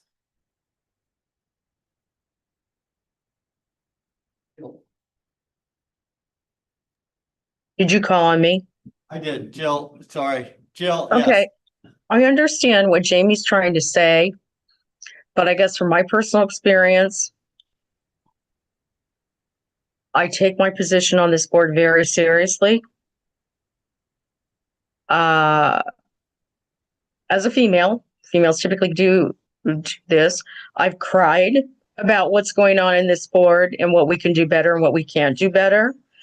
It's something that for me, I live with every day. And I know generally what it means and what I'm supposed to do. To read it, I guess because I don't want to equate it with the Pledge of Allegiance, but we've said I've been saying the Pledge of Allegiance since I was in kindergarten, so that's been something. But I guess I don't want to make this something stressful. I think most of the people would not be on this board if they didn't believe and I don't want to say live by, but believe in what our goals are and what we're here to do. So to me, it's if someone wants to make a policy, I certainly understand and we can read it, but I'm not sure if it really, for me personally, if it really does anything for me or to me, because as someone who's just like the rest of us, the other 9 of us, we're very serious about what we do on this board. And the board, I swear, I think more about this board than I do with my family sometimes. And about what's the right thing to do. What should we do now in this situation? But again, this is my personal experience. If people feel we need to read it because we can't remember word for word, I don't know, if you ask me right now, I can't say the Pledge of Allegiance word for word unless I'm up there standing with the covering my heart and saying it. So again, what everyone wants to do. I don't think it's going to make me a better board person, or if we do it, or less of a board volunteer if we don't say it. I think to me it's an emotional commitment. Sorry, that was my dog. Thanks, Jill. Thanks, Jill. Lee? So I didn't mean to go on. I apologize. I'm off. Thanks, Jill. Lee? Yeah, real quickly, I really appreciate Jill's push around kind of making sure that we're not doing it just, as far as like lip service goes, right? It kind of goes beyond, that it's at a surface level. And that being said, it feels like a pretty low lift way to just reaffirm our commitment to that at the beginning of a board meeting. So I am in favor of kind of following the bylaws as they are written and adding that into our meetings. First thoughts? I'll give mine. I personally felt when we added, I'm really happy we added behind us that I do feel that kind of does that. It's there, it's stated, it's pretty clear. So I'm pretty comfortable that meets kind of what the kind of purpose of the mission statement and purpose for us from a meeting perspective. Also, from a meeting efficiency, the other 9 board members, I would say, have all pushed at different retreats about the efficiency of our meetings and making sure we have time to talk. And I know it's 10 seconds or 15 seconds, but we've been pushing to have a lot more in consent. We've been trying to streamline the meetings so we could have time to focus on the key. So everything we add, it's 20 seconds here, it's 50 seconds here. Those are things that I feel like have it behind us, it's sitting behind us, everybody on camera sees it. I'm kind of aligned with Jill of, I personally don't need to read it to know what the mission is. I do feel like I know it, live it, breathe it. So I'm personally not in favor of doing it on for each meeting.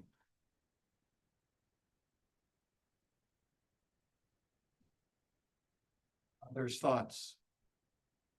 Come on, and then Bill. When did we adopt this mission? Like, how old is it? Or like, how often do we like review it? We reviewed it about 9 years ago. Okay. When we did the 5-year strategic plan and had a lot of discussion on whether or not do we revise it, do we change it?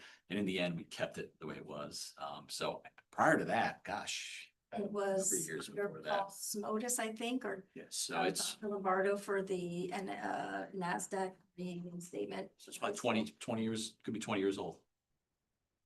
Yeah. It's close to 20 years old. Yeah, I was looking at maybe some sort of slight compromise. I agree with you, Eric. I think that we want to streamline things, and we're just gonna read it at a quick speed, and it's gonna be, I think instead, perhaps maybe in September or beginning of the year or something, and just to, maybe we have a reminder reading and say, hey, we're starting in the 2025, 2026 school year, just to remind everyone, we have this on the wall behind us. This is our thoughts, this is what we're, maybe it needs to be revised too, I don't know, but Yeah, we painted it on the wall, we can't revise. Sure. But anyway, Great thing. a whole new students next year, it needs something to do. Yeah. But if we did it and made it special and did it like, and then it's there all the time, I think we've kind of played, I don't know, us compromised, that would be my thought. Or maybe it's a couple times a year, I don't know.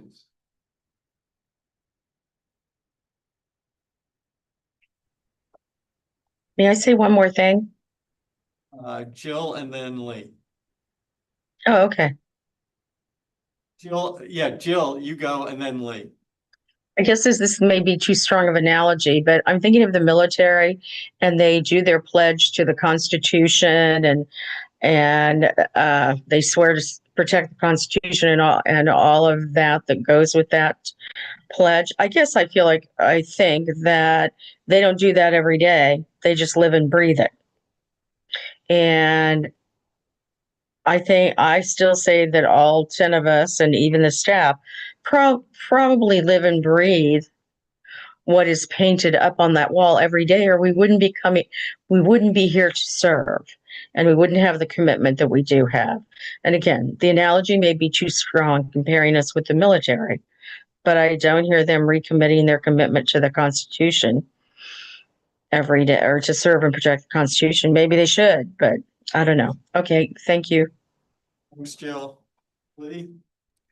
Yeah, no, Bill's comment resonated and made me think, like, are there other avenues for us to kind of meaningfully bring our mission statement into our work more frequently? Whether that I'm thinking about, like, a lot of companies have like their set of core values, and typically when they're giving out, monthly or quarterly awards, they will tag, a specific. So like in the instance of our mission statement, right, like a Viking Valor Award could be grounded in like the inspire part of our mission statement for a specific outcome. So I don't have all the perfect answers here, but Bill's comment in particular sparked. I really like the push to making sure our mission statement is really like what we are living and breathing. And I think I'd be curious to explore other ways to make sure that it's front and center in a way that's going to resonate with everyone on the board. Yeah, Go ahead, Jamie. So for years, with those comments in mind, for years, it used to be at the top of our agenda. Mission statement was at the top of our agenda, then it was the shell, and then it was our agenda. It's come off in the last, oh God, I can't even remember the last time I saw it on an agenda. But it used to be at the top, the mission of the East Line Public Schools is blah, blah, blah, blah, blah, with the shell, and then it was the agenda. We have taken it off of everything. It's nowhere, except on the wall behind us, and that's it. And on the website, but it used to be part of our Board of Ed meetings. I have tons of agendas at home with the mission statement at the top and the agenda underneath. It's nowhere in what we do every day. But when we switch over to board docs, I don't know, but it Yeah, used to I be don't know. part of I remember that. our meetings. It used to be printed right on our agendas. It's part of everything we do, and it's gone. So to build a little bit on the building on Bill is there's something that we add to make it kind of living and breathing and kind of so you hear it. And I wonder if there's something as we have the principals come in and give their updates and we give different awards and recognition is as we're giving a recognition and awards or the principals giving updates, if they can tie some of these that we can tie into our mission statement that does bring it a little bit more to life of, here's someone exhibiting it, or here was a group doing it, or something like that, or a principal giving examples of what they're doing that, and how that impacts our statement. Mission statement. I have, as Lee was talking, I personally have seen it in different companies a lot more on the value, like people come up with somewhere between 3 and 8 core values. And then everything is tied to those 3 to 8 core values. Everything from performance reviews to every kind of line up with the things that you talk about, whether it could be integrity as a core value or whatever those are. So, but we can do something similar, but tie it to the mission statement.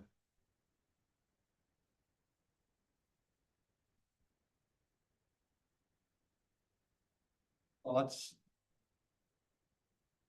I think so the thing for tonight, it's for discussion, not discussion action, because this needs to go back to policy. So we need to tell policy is either no, we're okay with this, no change, or we can bring it back to policy committee and say, we're looking to do something different, and then policy can talk about some different options of things that we can do on this.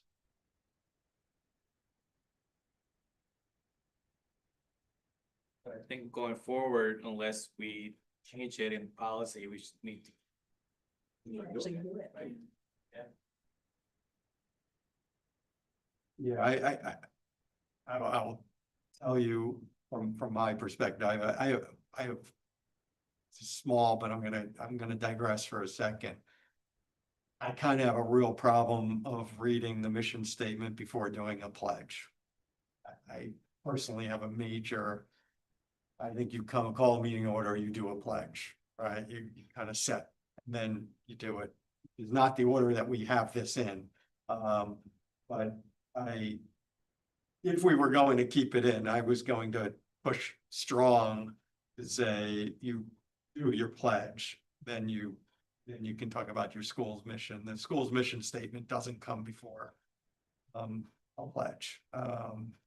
So that's my personal view, but yes, we need to follow this policy, I guess, but we need to make a decision on what we're going to do going forward. Have policy bring something back to the board to make a decision or not. If this is how we wanted to keep it. But we need to give direction. So we're not taking a vote here, but we need to give I think some opinions, at least, like or most of the board want to keep it in, most of the board does not, and then let policy bring something forward. We're not taking a vote, but we do need something.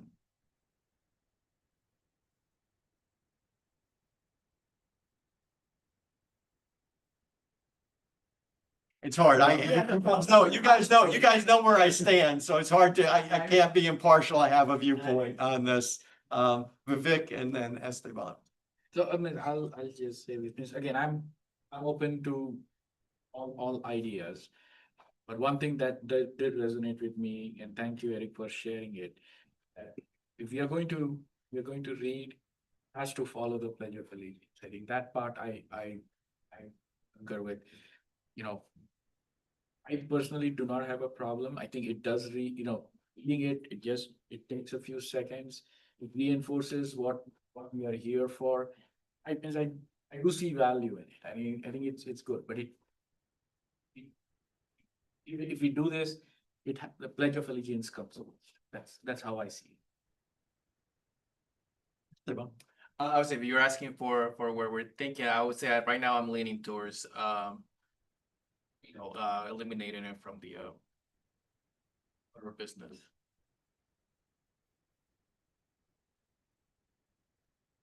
So why, okay. I saw the hand almost going up. I think Vivek made a really good point. You as well, it has to follow the Pledge of Allegiance. I don't have a super strong opinion of like, adding it or not. I could be convinced either way. It reminds me of it's like not a great analogy, but like the 4-H program or Scouts, how they say their pledge, like, so we come in and you would say allegiance, you call a meeting to order, Pledge of Allegiance, then you would say your like club, whatever, statement. So like when I was in Girl Scouts, like then we would say the Girl Scout, and then it would be the meeting. So yeah, I don't know. I mean, I think it's good to put us in the mind frame of why we're here, but I don't want it to just become empty words. How about this? Can we, go ahead. I mean, just to, if we're pooling for opinions here, essentially, I think Lee had built on something there, and I don't want to add some to already long meetings, and I know it's only a few seconds, but if you're just reading it without, if you're just reading it, then depending on how you read it, depending on how you focus, it's just noise.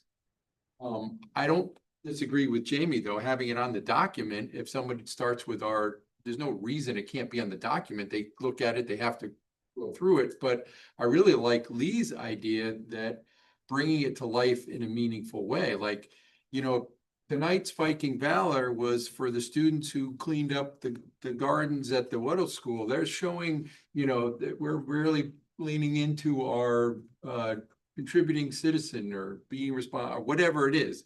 I don't know that we need to turn around and point to it, but I think trying to give it more value, more life than just noise because I just think that might be what it will become. It's something we're trying to get through to get to work. Thanks, Bill. So let me see if I can summarize them, please. So what we're gonna ask policy, and the back policy, and say, I think there's some mixed views.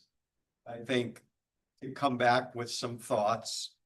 One is, and it could be multiple of these, so you can combine and whatever, but one is leave as is. Two is small modification is move it out, keep it in, but after the pledge. It's read, but it's after the pledge. Three is we read it, but maybe only a few times a year. Fold it in at the beginning of the year, and then maybe the beginning of a semester, maybe another time or something like that. Or, and again, these are not mutually exclusive, so you can mix and match some of these as well. Or is there a way to, this would go policy with culture climate committee. So you kind of, is there a way as we do things and think, as we recognize people or, people's come and talk, whatever, can we reference and how that links to our mission statement, the accomplishment links to our mission statement. Those are the kind of the 4 different things that I've heard. Did I miss any? Are we okay with then sending that to policy to think about more? Maybe come up and on that last one, maybe it links to Bill and Annalise and the CCI committee, if we're gonna start doing that. You covered it. Okay. Okay, so let's do that. In the Can I ask one meantime. more question? Can I ask one more Jill, question? go ahead. Yeah. Yeah, isn't something written in each elementary and in the middle school what their global or approach or what their goals are to educate our children?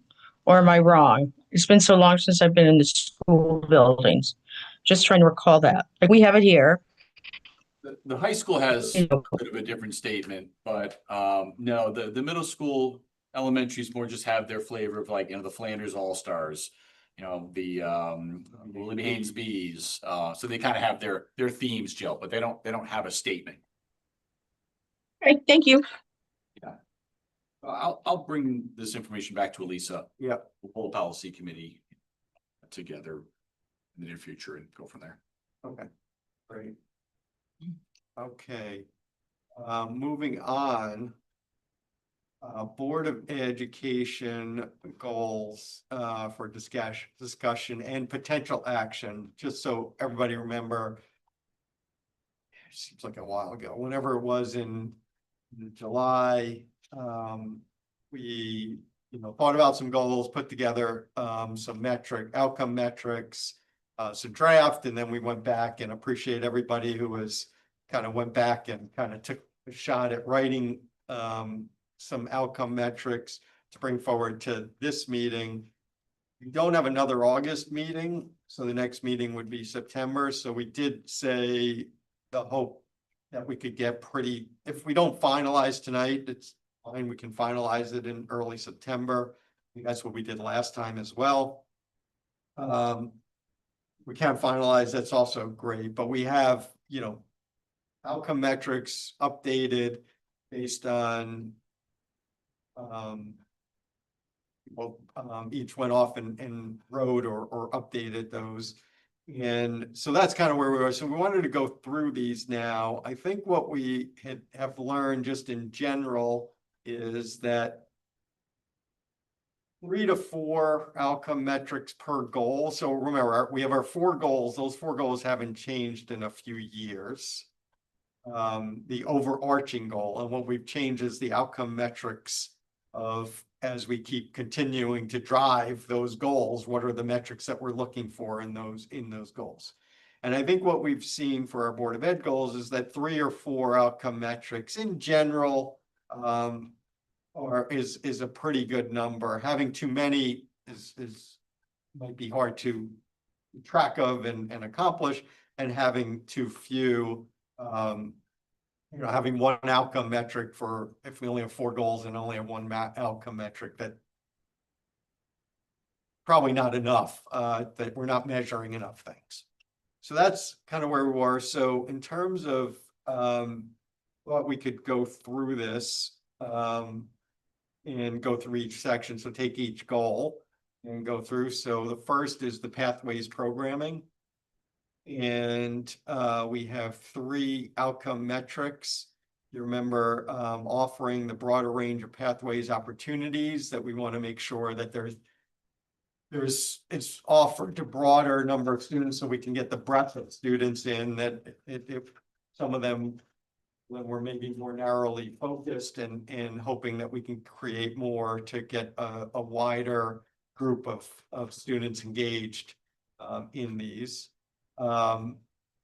We wanted to say, the second one is about, can we collect information to say, what was the longer term impact on pathways programming on students, like, did I learn what I don't want to do? Did I learn what I do want to do going forward in that? So something along those lines is the second one, and then integrate and align the vision of the graduate experience to the pathways program. So we have a lot going on with the VOG, I don't know. VOG. Personal choice. And have that link into the pathways program. So on those three, do they resonate? Wording? Good, good and not good. I don't think good enough, but good. Happy, we can take, wordsmithing as well. Is there anything we're missing?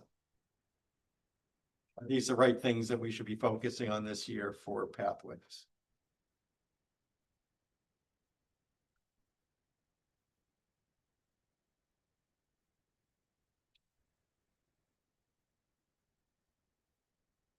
Amy? On bullet 2, how? It's the how. How to create the baseline or how? How are you gonna collect the information on the impact the Pathways program has had on student, college, and career planning? We have to use our alumni channel and reach out to those individuals. Pathways been on for 3 years now. And put as many of them as we can to see, did they follow a career? So it's gonna be a survey. It's gonna have to go through. Do we have our all their alumni. contact information? Yeah, they're all millions. Addresses, so.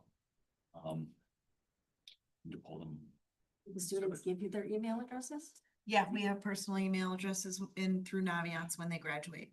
You take that data? We do. And who will be the person doing all this? We'll tag team it with Dave Fasulo. Mostly we'll be overseeing it, but he'll work with, Annalise, myself and Henry. Yeah, the school counseling department really helps with pulling the emails from Naviance for us.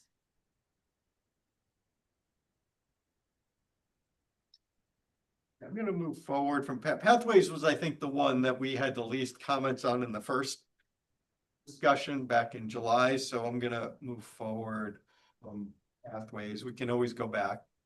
The next was culture and climate, which has, a number of things. So one is continued the recognition. We're bringing people in like we've been doing.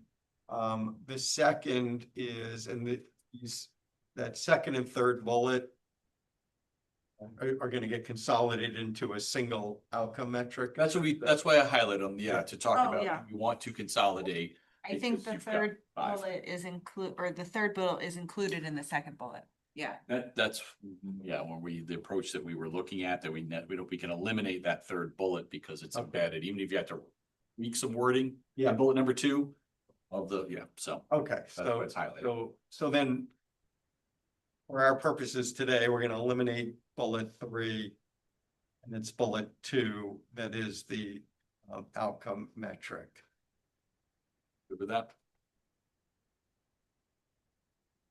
Chance to take a look at it. Yeah, go ahead, Jamie. For bullet 2, Yeah. do we ever get to see the Satchel Pulse survey data? The district-wide data is posted on our website. All those questions that we answer throughout the year, all that data is up? Yes, I will, in full transparency, the end of year data did not make it up. But I don't know how much you know about it, the new website, but it will be up when we launch the new website, October 1st. Do we know where it is on our website? Down here. It's No, also I would. a learning page. You go Yeah, on shut to it the off. website and actually just search Satchel Pulse survey data, it should come up. I can provide you with the. That's okay. It's the teaching and learning page. I know where that page is. Yes, yeah, Okay. yep. We don't include the data from comments in there. Yeah, okay. Include the overall. The overall pillars, Okay. district-wide, and then the school improvement plans are posted in there too. We didn't include the teacher back though either. That's correct. Yes. So there's no teacher. Families and The family. Just the family. students too. Parent, student, family. Yep. Correct. Did just an observation on the actual writing of the climate culture, the Board of Ed will support initiatives, and I should have, that's to you earlier on. But I'm reading that, and as a staff member, I don't see myself in that as a, you know, it's very student. And it is, we're here for the students, yes, but the climate culture, should that read a safe and inclusive learning and working environment? Or, I don't know, I don't know if there's a way to make it sound like it's for everybody. Because when I hear the word, the way it's written to me, it just seems very student. That's a good idea, Bill. Inclusive learning and It working. takes like a couple of reads, you know? Working. Well, I just want to make sure that everybody feels like they're part of They're represented. Yeah, I agree. Sounds good. So we're adding, At the top. At the top. Board of Ed will support. The district and school initiatives to advance a safe and inclusive learning and working. It encompasses staff, students.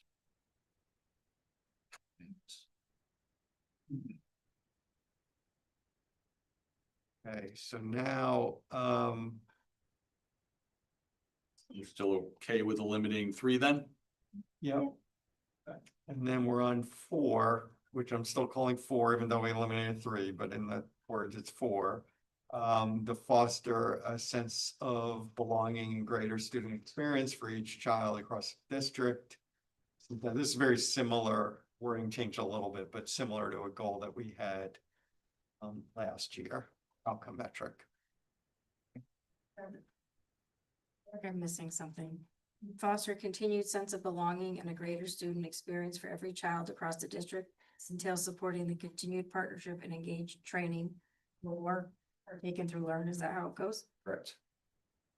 I feel like it's missing something.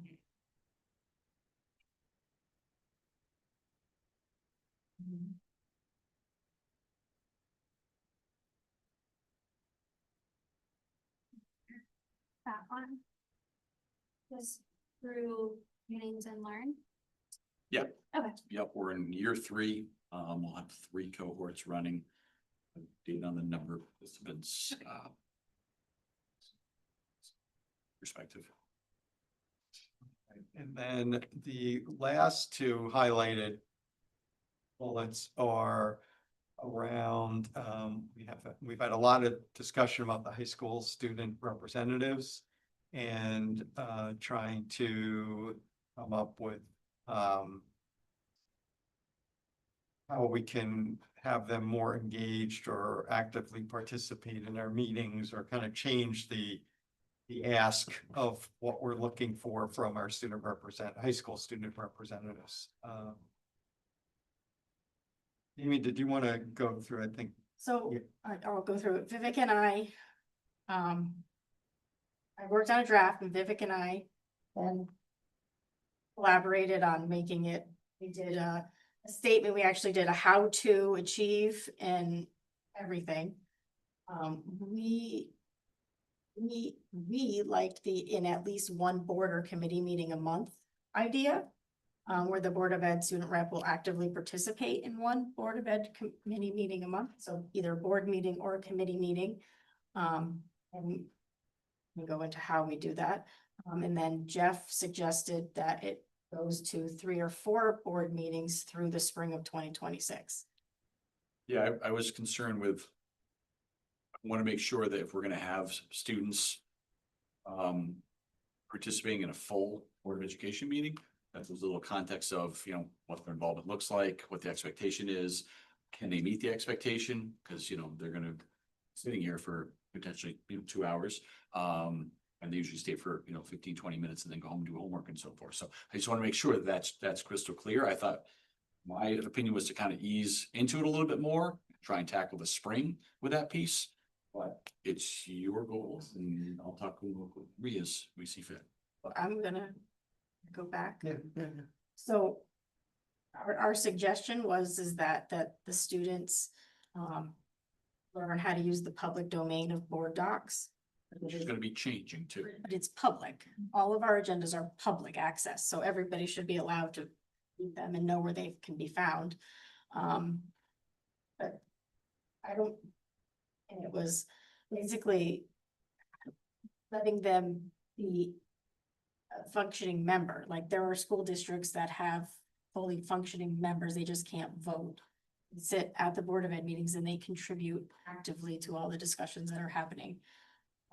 And they are allowed at committee meetings and Board of Ed meetings, so they would be able to go to the Culture Climate Committee, they'd be able to go to the policy meeting or the Finance Committee meeting and tell us their thoughts and ideas and contribute, because they live it every day. And as we learned when we interviewed Don, the student person on the committee, they had really great ideas and thoughts on what that position should look like. And I know we've talked about in the past, students probably know what budgets, they would have great budget ideas for us. And they would have great policy ideas. The policy affects them. We should hear from them. So that kind of thing was, if you want to say something, that was our thoughts on it. My other thought was taking it out of culture and climate and putting it under high level learning practices. Because that's more student oriented. Those are my thoughts on it. I don't know. if you have Well, anything to I'll share. second what you said, means I do feel these are high school kids, means we are not expecting this of the middle school kids. We are, high school kids. Again, we go, in a year or two, they're going to go into college, this is not, I would not expect this to be too much of a burden. If you are running I know they have elections in high school, right? For these positions. You're running and you are interested in doing this work. This level of commitment is not unreasonable in my experience. So I would, I'm just saying things in support of what Jamie is proposing, because I do believe that's something that the students should be able to do. And the biggest thing for me is some of the student reports that we get, they're very narrow in scope. I do think they have to, unless they sit through whole meetings, they will never realize that the board is interested in a lot more things other than the narrow perspective that is being shared. And I don't mean to be critical of the student representatives we have had so far. They've not just been told what our expectations are. So it's on us rather than the student rep. So that's how I would. Totally agree with what Jamie's proposing. Can I just, for a clarification, so they're coming, it says at least one board meeting a month, let's say they start, what are they doing the opposite? Participating in at least one board or meeting. Yeah, but what are they doing the other meeting? Because they're They two. can still come in and they can stay if they want, but the goal was to have them in at least one a month participating. They can come and So give their you're- report so and leave. That's what I want to say. The expectation is for them to still come to. Expectation is to actively participate in one board meeting a month. That's like, they can sit here for an AI presentation and give us their thoughts on an AI presentation. They could have given us their thoughts on I don't know, food service pricing tonight, on whether or not they thought that was too expensive or expensive enough. I mean, it's just, they could give us the feedback on what they are living. We kind of prompted that. So we want them to give us feedback on the AI food service presentation. But they maybe wouldn't have anything to contribute to this goals discussion. So do they need to stay until 8:15? In what One of my concerns. in what I submitted to Jeff and Eric, we had thoughts on, if a student doesn't have anything to give us feedback on, could they appoint somebody to give them in their spot? Or we thought maybe we could look at how the student senate is composed and reevaluate how the students are being appointed to our board. Does it have to be a school senate vote? Could it be a teacher could it be, Henry's already in the process of changing and looking at that. and then we, what else did we talk about? Putting together a schedule of relevant topics that the students can talk to us about. The main idea was just to get the different voices and have all the students represented at our meetings. Let me, because when I looked at these two, and I may be right, I thought that the why, the what were the same. It's kind of the when. In other words, the active participation in all that in both. That's how I took it, was the same. It's more of, are we starting this in spring of 2026? Or are we starting it in September? That's, for me, that was the only thing that I took as the difference of when are we starting this happening? And you know what I assumed it was a goal at the start of the school year, so we would start working on our goals.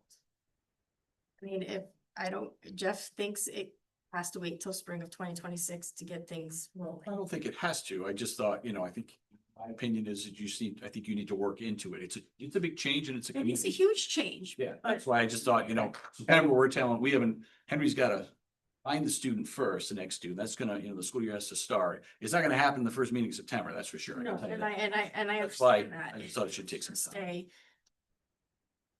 I don't, But so, I expect more than, like, I don't know, I guess I expect our students to want to participate. I would think that they would want to have us hear what they have to say. if we get the right student. That's, but you're right, that's what we have to find. We have to find that student. yeah, because you don't want them not showing up either. We want them I understand that. I just, commitment from them and need that commitment. I had a clarification question. When you say we have to find a student, what's the process right now? To identify. I have to talk to Henry. That's where we haven't even established that yet. And So, I think the process we've used maybe. I agree with you. I don't think we've been very clear on expectations, so that's our. yeah, what are those? We take our responsibility on that, is I don't think we've been very clear. I also, though, when we had one student in on the AI, but like, that's what we want, right? Very willing to voice opinions, come out. And so you need that person who is just very comfortable in doing that, and be willing to participate, because we also don't want where it's, they show up and sit for 2.5 hours and they're thinking about, oh man, I got homework, I just, I have I just had a game, I got back from my game or whatever, or I have a game I'm missing, whatever is happening, or I have a play, or I'm supposed to be doing practicing my saxophone or whatever I'm supposed to be doing. We want it to be meaningful for them too, right? We want benefit and we want them to want this. It's like, oh, this is really cool and engaging. It could be a committee meeting, like you're saying. I mean, that's a good idea too, that, maybe it doesn't have to be it's a good experience and to partake, in a committee meeting too, if they can't make a board meeting a given month. They can stay after school, the committee meeting a lot more easily than. they can stay for a 3-hour board event.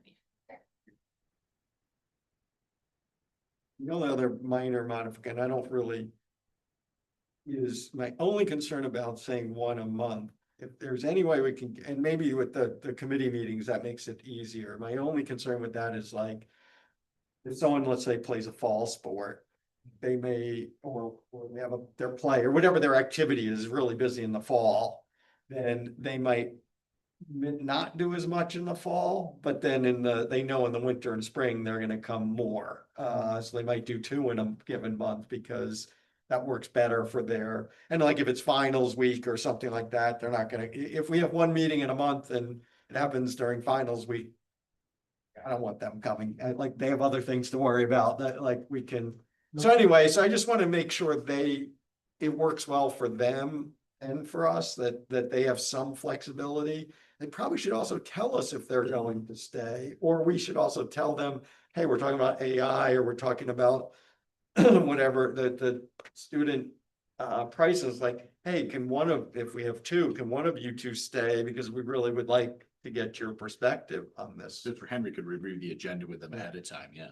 So be one of the two. So like looking at. We can modify this.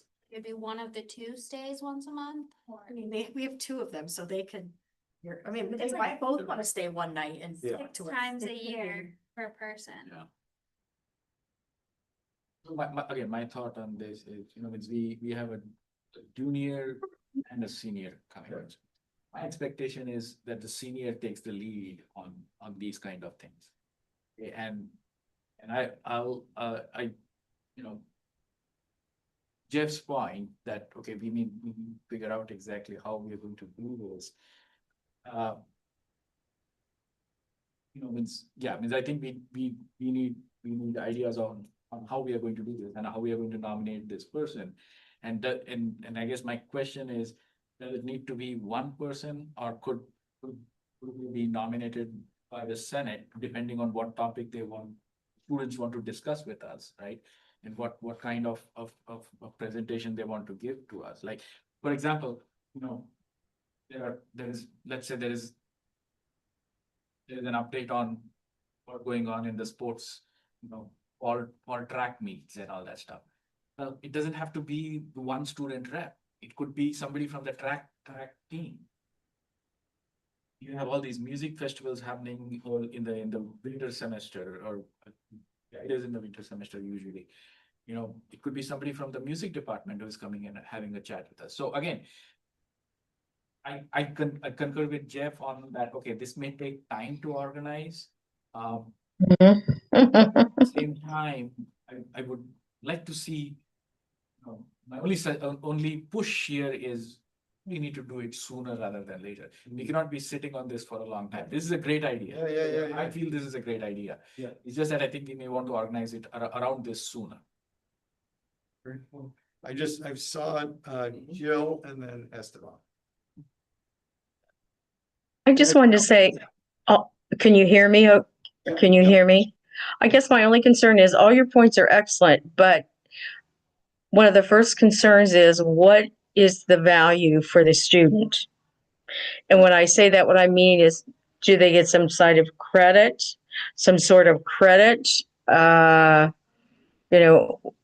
Because most of the students, I shouldn't say, the students that will probably be interested in doing it are already spread pretty thin. So I guess is, what's in it for the student? What's the student value there? I know with the interns we're working with, they have several steps they have to complete, and then we're paying them at the end. Now, we can't do this, but we're paying them at the end of the summer.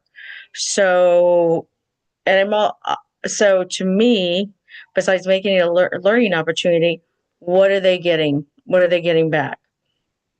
And Jill, I hope it's kind of two parts. One is, I really hope that they have interest in how a board works and how local government works, and they learn about the challenges and making decisions that are sometimes there's decision that has to be made. There's three options. They're all bad. And you have to pick the least bad one. And yeah, that's hard, and we face that. And But can we give them like half a credit? I keep going back to Miss Hardy's class. Oh, we lost you. The only other thing I was gonna say is the student does for, if they're gonna go on to college and stuff like that, this can be a pretty good resume builder. Resume builder, or potentially getting a reference or whatever. They're not getting references from us now because I don't know them that well from what but if they really participate, yeah, one of us could give, or definitely Mariana, whatever, could give.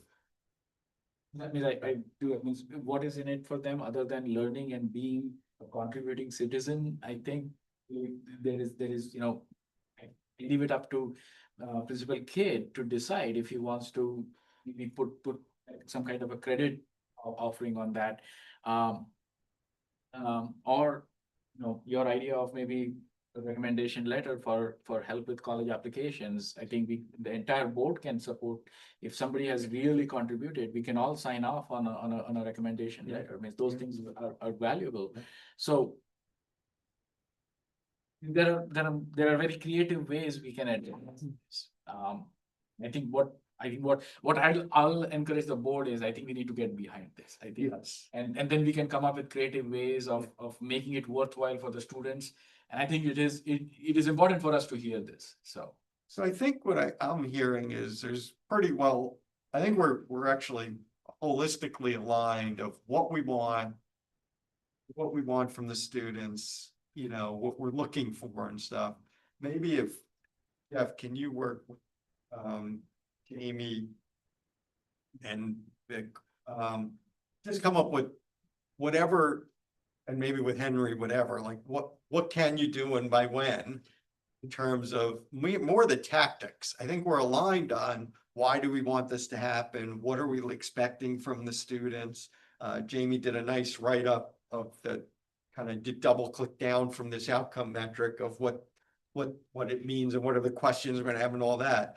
But when can Henry, you know, think about this, or and how is he gonna find students and which students is he gonna, in picking students and telling them what we, yeah, like, that's gonna take a little bit of time, but to Vic's point is we don't want it to wait till December before we have, like, No, in September, hopefully we can identify students who are gonna do this and October. I think by the end of September, we'll have a clearer picture of, you know, we want, the expectations. I just need to clarify those, you know, with Henry, and when kids come back, he can start working with the different student groups, whether it be Senate or others or teachers, to figure out, you know, what it's going to be, sort of thing.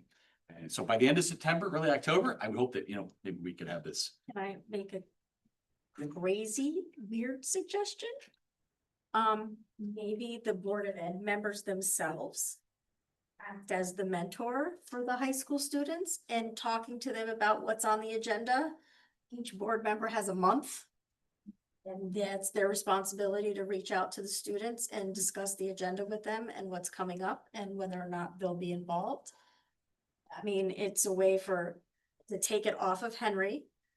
Yes, I think and that's it it. puts it on us. I would still want them to talk to No, Henry. I understand that, Yeah. but then we could just say, hey, the agenda the agenda comes out on Friday. Yeah. I'll send you a text or something this weekend if you want to talk about something. I think that's a nice connection. Yeah. 100%, absolutely. Yeah. I just want to make sure Henry has a chance still to go over the agenda with students, so students, oftentimes they come to meetings with inaccurate information. And I It's understand. reported out in public and it's inaccurate. Yeah. And then we're trying to backpedal and correct because questions come forward. So we need to make sure if they're gonna spend, you know, time with us, we're gonna ask them questions, that they're accurate with their information, or we can help and And interject with them. when they're getting their thoughts, it's not just their opinions. It's the They've actually talked to at least some group of people to collect thoughts, and they can represent their opinion and others and say, hey, my opinion is A, but I talked to a bunch of people and they were thinking B. That's okay. But is that shared? But I do like if we'll get to know them a Well, bit more like, give too. us a month. Yeah. Each board member, there's 10 months and the kids are gone for July and August. So that gives each board member a month to be responsible for talking to a high school kids about agenda items. We'll take straws out of a hat and take a month. I don't know. So if you That was if a you out of guys the hat can just get the idea. wording, It's out of the hat idea. I think the board is pretty aligned on this. So I think if we can just get that wording down to when it's gonna start or whatever, and talk with Henry and stuff, I think we could be in good shape. We just have September, maybe we look at starting in October. In You know, October. September is our month to get it, you know, together, sort of thing. Identify the students, talk about the exit and go from there. Yeah, because the only thing I don't want is if a goal that in September, we're gonna miss the goal in September. Yeah, you're gonna- So I want to make sure we don't have a goal that we realize we're not gonna make it, and so if we can just word it, be we'll say starting in October and too. But if you guys can just get that, we're not gonna. We'll sleep on this for a few weeks anyway, and then come back in September and approve, but I think we're close on all these goals so far. So then if we move on to the high level instructional practices, assessment, growth development for students. We have, so we have two, committees, that we talked about. One, me chairing the school realignment committee, and Esteban, the global language committee. And so these were the potential, the first two bullets are the two outcome metrics for those two committees. One quick, so remind me, school realignment, does that include the middle school considerations? So the school realignment includes pre-K. Now we do pre-K. It includes how we structure the element. I should let Lee answer this, but you're on the how we structure our elementary, and if we have that intermediate school and the middle schools, maybe more like 6, 7, 8, and looking at 8th grade, or it could be 7th, 8th, it could be 6, 7, 8, but looking at that and how that transitions to the high school is, do we have more of a junior high model for all 3 grades, for just 8th grade? So it's looking at those, the bookends, as well as kind of the alignment in the middle. Lee, anything to add on that? That was a solid summary. I think the only thing I would probably want to stamp is that the purpose of this committee is like truly exploratory. So it's not committing that we are absolutely going to move forward with any particular plan. It's really just kind of based on enrollment trends and feedback from all the different stakeholder groups. You know, is there just doing our due diligence to make sure that we're operating with the appropriate structure across all academy levels.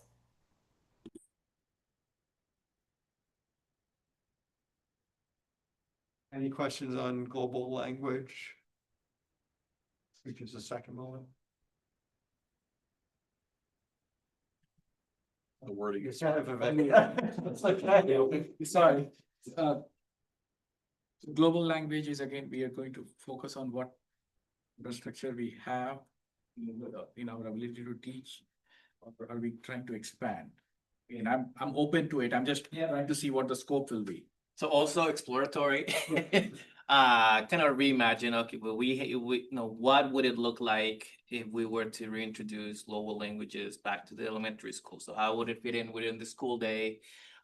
What resources be needed, as far as staffing, training, all that, like, you know, trying to put in something in during the day, like what comes off, or like, you know, what needs to be looked at, and also what languages are we thinking of possibly, you know, reintroducing? So like, you know, not necessarily what we usually think of, but like globally, and languages that are up and coming, like.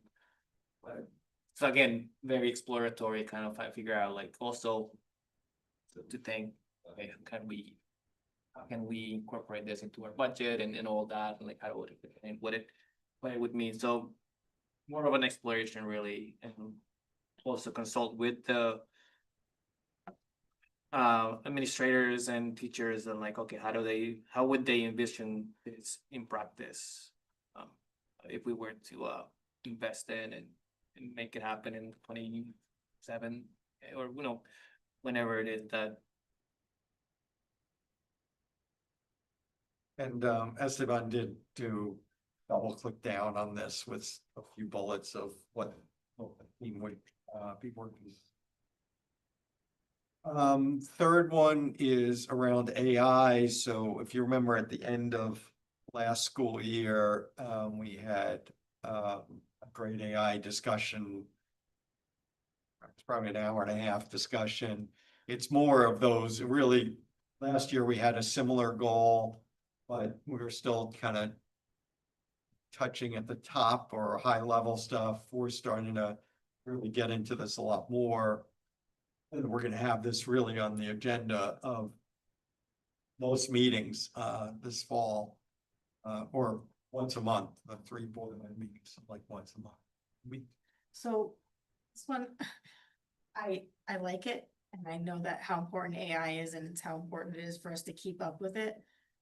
But whenever we have these AI meetings, our Board of Ed meetings seem to go very, very long and we get really, really tired and cranky at the end and we just kind of push everything else that's after it off to the agenda because we had done so much for the AI. So like the student rep one, is there a way for we can not hold it to 3 meetings by December? Maybe make it like 5 meetings by the end of the school year? So then it's not so contained to just the next 3 months of meeting about AI.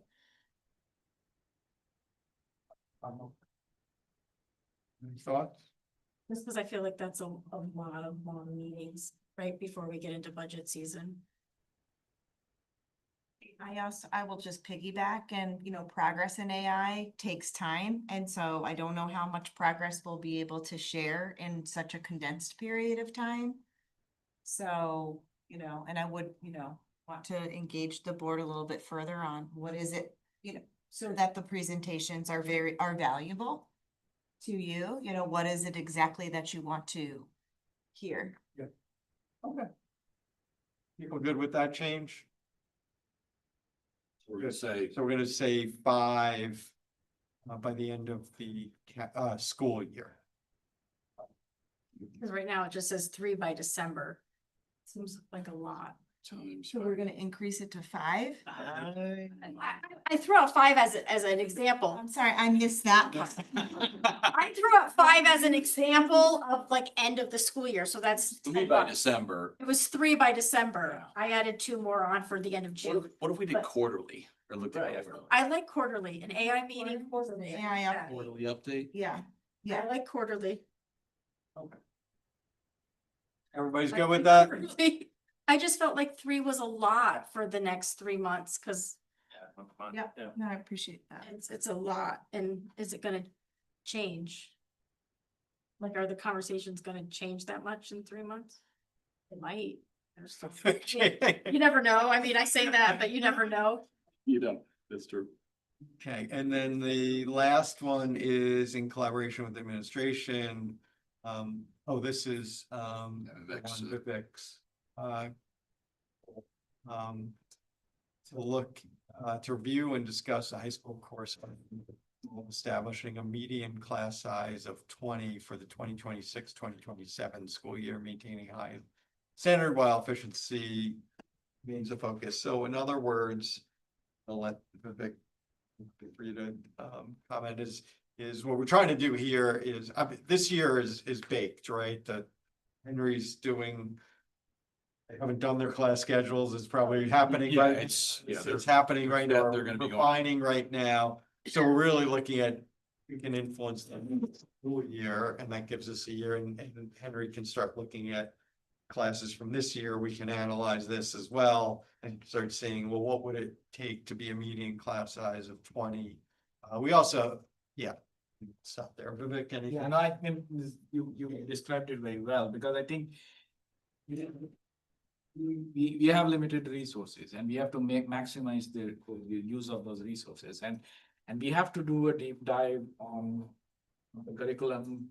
And I would focus on the core curriculum for these 20, this class size of median of 20. I would focus on the core curriculum because I've looked at the distribution that Annalise has sent, means if you look at overall distribution, we are fairly normal. We are not skewed. We are not, we are not on the left or the right. We are fairly normal. So if I look at the distribution, I'm looking at the top of the class. So, and I draw a line, and which is a line in the sand at 20%. Those students are probably expecting something totally different in what courses and classes they take. And you cannot expect needs of those students match with majority of the students, and classes that they may take may not achieve this 20 size. Then you look at if you draw the same symmetrical line on the lower 20%, their needs are totally different and they are not looking at it. So I'm looking at the more middle 60% of the student population. And if we can gain efficiency in that 60% population, I think it will do our district a lot of good. Keep the standards high, but at the same time, being efficient about it.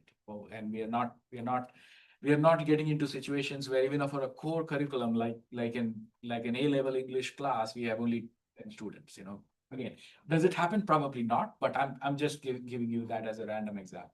So. You're good with that meeting of 20? Was the number? Well, that's kind of what was. I don't have a hard number in my head, because I'm going to let you advise us on that. Yeah, and that's where I felt kind of comfortable. And looking at, we'll talk more, obviously, but really, not taking the average. So we're gonna be filtering out, those lower class sizes that are needed for a reason, sort of thing. So, as an example, or special education courses or this or that. So, yeah, you're getting more of the core, like you're talking, like that's a good example of the middle components of that graph. So. And I think that the way it's worded, is we're not gonna know the answer to this until it's already past the goal of completion. So it's the goal of establishing that we're shooting towards 20, meeting of 20. We're not gonna have that answer until August, September of 6. 27, 26. 26, yeah. Oh, 26. Okay, any questions on that?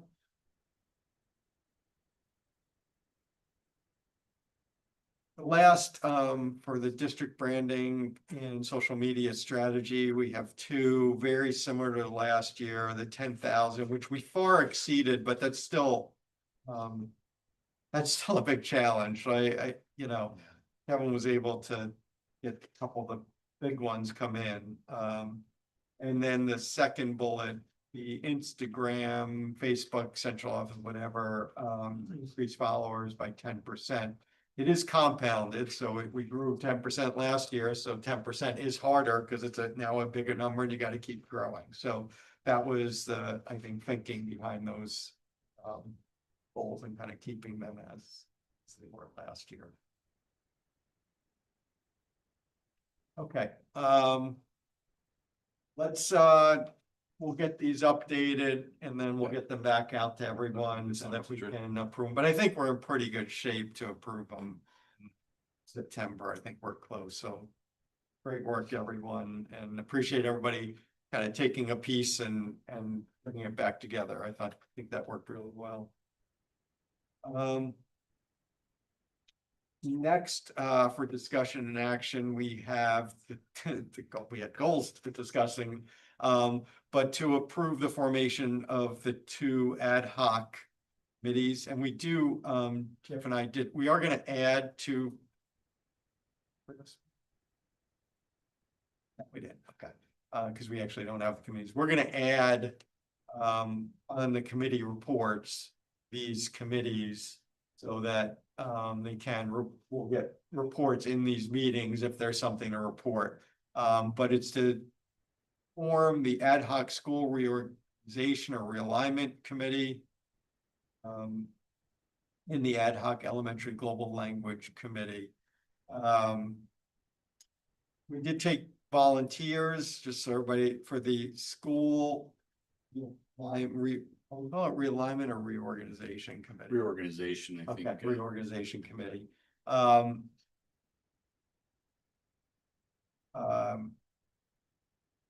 Jill, Elisa, and I volunteered for the realignment. Do I have that one right? I think that's right. Yeah, The reorganization. And for the elementary, Olivia is going to join Esteban. So we're going to reorganization. We're joining Lee will chair, and for the global language, Olivia Esteban will chair. Olivia will join that. So we want to try and get everybody back to get out of the gate in September I'm looking at you, Lee, kind of, I'm looking at Esteban to try and get those committees, formulated, and get some initial discussions going. And they will include non-board of ed members, so we'll get other teachers, parents. Yeah, that's what we need to decide on. So that Lee and Esteban kind of have to think about the makeup of those committees and work with Jeff to do that. So does anyone want to make a motion to approve the formation of these committees? We have a charge for them. One written, yeah, we talked about that, but I would like to talk with Lee and Esteban on maybe drafting up the paragraph. Yeah, because you had some input that you had shared Yeah. that we said could go into that, so we want to draft that up. Thank you, Jamie. So we can bring that back, we'll bring that back, should. Yes, See we it, did, do so it. see, yes, we can see Yeah. that they're being charged with Yeah. doing. Anyone want to make a motion to form the committees? So moved. I have to read out like the whole. thing. That's fine. Okay. Your second. Second, Vic. Further discussion? All those in favor say aye. Aye. Opposed? Abstained? Motion passes. That closes our discussion and action items for the night. Administration reports. Yeah, real quick, just a couple items. Nurses had decided to unionize. So remember, they were part of VNA this past school year. They were ours. So we had hired them all and worked up agreements. They decided that they want to unionize. So I would like to have, it's a small group. So we only need one board member who might be interested. I put in, I think I actually gave the date in that update Friday. So maybe if somebody could just let me know if they're interested. They have 2 more meetings. We just did ground rules. First meeting, I don't want to bother anybody with that. So, but we will start proposals and discussions at the next meeting. So if you're interested, please just kick me up on a text or an email, and that would be great. And let me know. You can talk about Cape Caps in November. Okay, I'll leave that for you. Parent letter I mentioned earlier is going out next week, so we'll highlight these components. I'll put in, Don's hiring, talk about food services, costs and changes. So that will be going out next week. And then the last piece I had was health insurance. A rep from Brown and Brown had reached out with some information. We talked really with our rep because we're part of the state partnership plan. When we were self-insured, we worked with a rep all the time, sort of thing, but it was not. We still have. We still do. Yeah, we still do. And the town still has, Brown and Brown is still the town and. They still do anything. They do. They send us updates. Chuck sometimes sends changes and different things, but many of them aren't applicable necessarily to us because we're the. Yeah, partnership plan. he is, they do provide a resource for my office with regard to all the changes, MLA laws. He's very responsive. So he does do that. And he also assists our. Yeah, members reach out to. Yeah, like if they have issues with claims that are getting denied, he will work with the insurance company and help them. They will reach out directly to him. So he does, I think, provide benefit. So just an FYI, we really should probably, it's been 5 years now, and 4 or 5 years we've been on the state partnership plan. Would behoove us to have maybe them come in, kind of give us an overview of, how are things trending, some information and so forth. So we're looking at maybe September and to do that. So more along the lines, just a heads up that they'll come in and go through some PowerPoint slides. It would be contagious for us and a good, effort as we're talking about costs and so forth. So, so just be on the lookout. We'll bring that up in September. And that was good for now.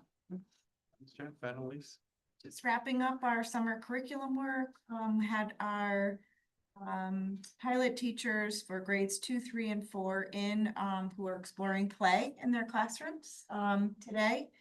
Grade 1 will be a full rollout next year.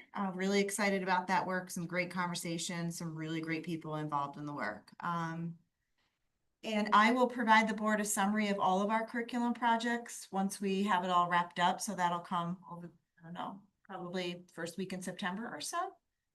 For you, we have new staff orientation next week. One of my favorite events. Love onboarding our new staff and kind of showing them what East Lyme's all about. So we're gearing up for that. And on vacation, so all of the things. Yeah, Yeah, we have, admin retreat later in the week, and so just Convocation's Friday the 22nd. gearing up. Yeah, if anybody wants to Yeah, join us for a convocation, then yeah, gonna be a celebration. good stuff. Mariana?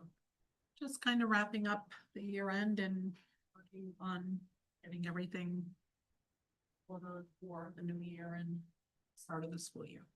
The non-lapsing will be coming forward in September too, after we Yep. get this. Yep, after we get the EFS done. Yep. Okay, committee reports. Kate. Hey, Thursday was the leadership conference. It was nice to see your faces. It was a really good conference, I thought. It didn't rain. It's like the first time in 5 years it didn't rain, so that was nice. There was a bunch of upcoming. Serve something good for dinner. I was kind of We had a brisket, barbecue chicken, cornbread, green beans. I'm hungry. Yeah. Killing me. And it was a nice night, so a lot of us just stayed and just sat down at the beach and just enjoyed the actual nice summer weather without the humidity and the heat, so it was really nice. Leadership Delegate Assembly is November 20th. Cape's CAP Convention is November 21st to 22nd. New Board Orientation is December 9th. There is a webinar, 2 webinars coming up for the same thing. If there are any Board of Ed candidates out there, there is a webinar on September 24th at 4 and a September 25th at noon. Basically on what does it mean to be a Board of Ed member. Cape is putting on that webinar. They are also doing a webinar on September 17th at noon on understanding the 2025 change to state education funding. And all of their school finance webinars and their board chair webinars are on their website archived. Let's see. All right. We did get selected to present again at GCAP, so. Dave is gonna present. Yeah. Okay, Learn doesn't meet over the summer, so on to board comments and future agenda items.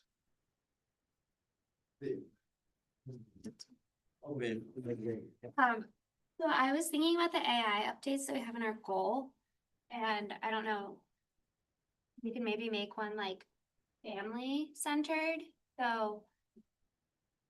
What I'm getting at, so like a lot of just anecdotally, when I've talked to parents, like they have a lot of questions about AI and they're scared of it.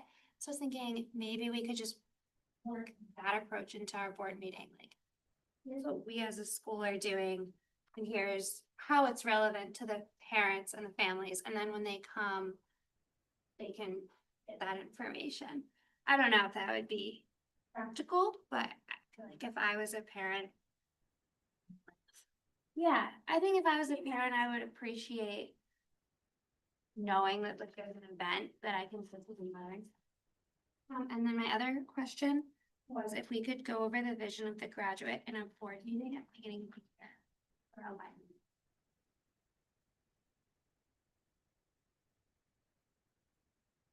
Did you see that? I'm seeing some some Yeah, no, smiling. I think I 100% agree that families need to be made more aware of AI, its implications, what the school system's doing. I 100% agree. Awesome. Oh, yeah. Family events, nobody comes. Nobody comes. So we have to be innovative. I think it's about, like, I love the idea of maybe the board or, I don't know, I'm not sure, but I think we have to think innovatively about how are we getting parents that information. But I totally agree that that has to happen. But Bill and I think that was the, Yeah, I'm more with Eric. I'm ready for the brisket. Yes, yeah. It's like. That's good. No, but I, what you're saying is true. 'Cause it is a scary thing. The more you read about it, it's crazy, but it's tough because nobody shows up for anything. We're meeting anyway.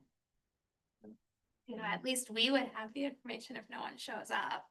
Do an FAQ Trying to relate it more to families, because, yeah. with a QR code, maybe on back to school newsletters or something.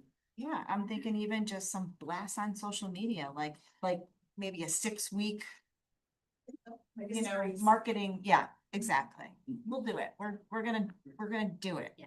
Cool, I love it. And people are gonna listen. We'll throw them in. Amy. One, I just want to thank everybody who came out to National Night Out last week. It was a great night. It was nice and cool. We had a break in the humidity.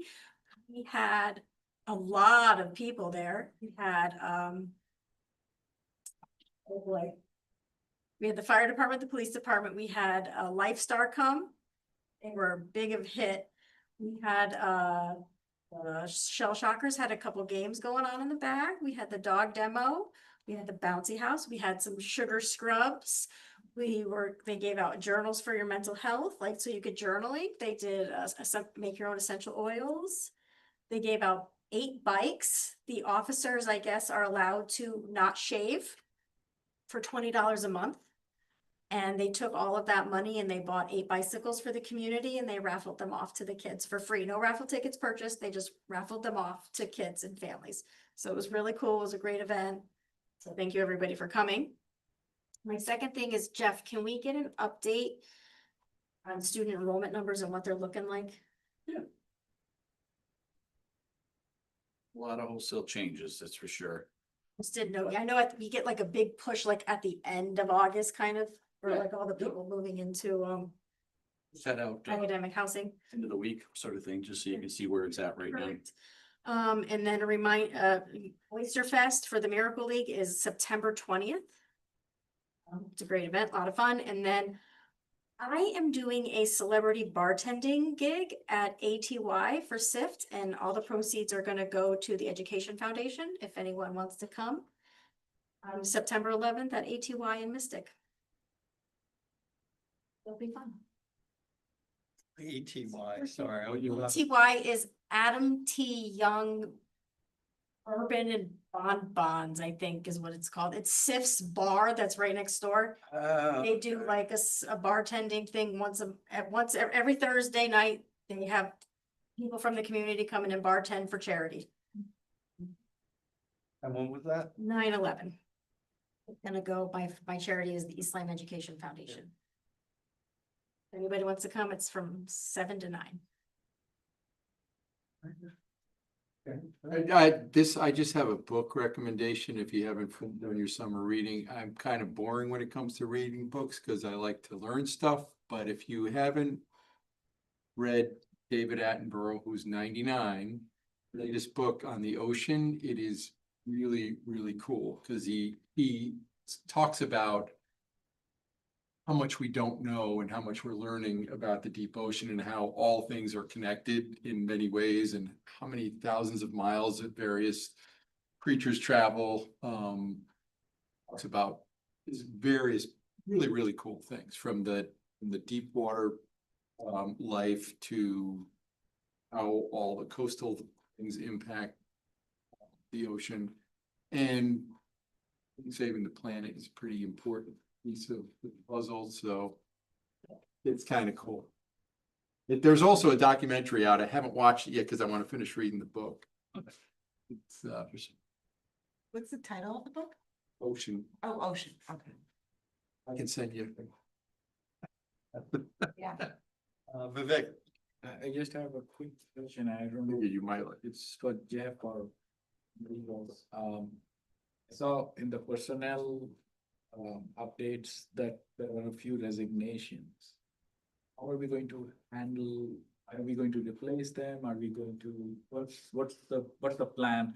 Again, I don't want the details, I just want to kind of understand, because again, we are trying to keep an eye on the budget. Yeah, so any of the certified positions, especially when we've already hired 2 at the elementary level, we've done 1-year hires, 1 year only, so we can reevaluate next year. So we're really looking at any certified position as, do we need it? Do we hire for 1 year? Or not like a special education position of some sort, or like right now we're struggling to find still 2 psychologists. We're gonna hire 2 psychologists, we can lock them in sort of thing. But we're just scrutinizing every position, I guess is the answer to that. But if it's budgeted for, then we're looking to fill it. But it's just a question of whether you're full-time. we're just, you know, more curious and again, you know, being an eye on things with the future in mind. Yeah, I think, so. Thank you for that. Rick. I think that's exactly what we need to continue to do.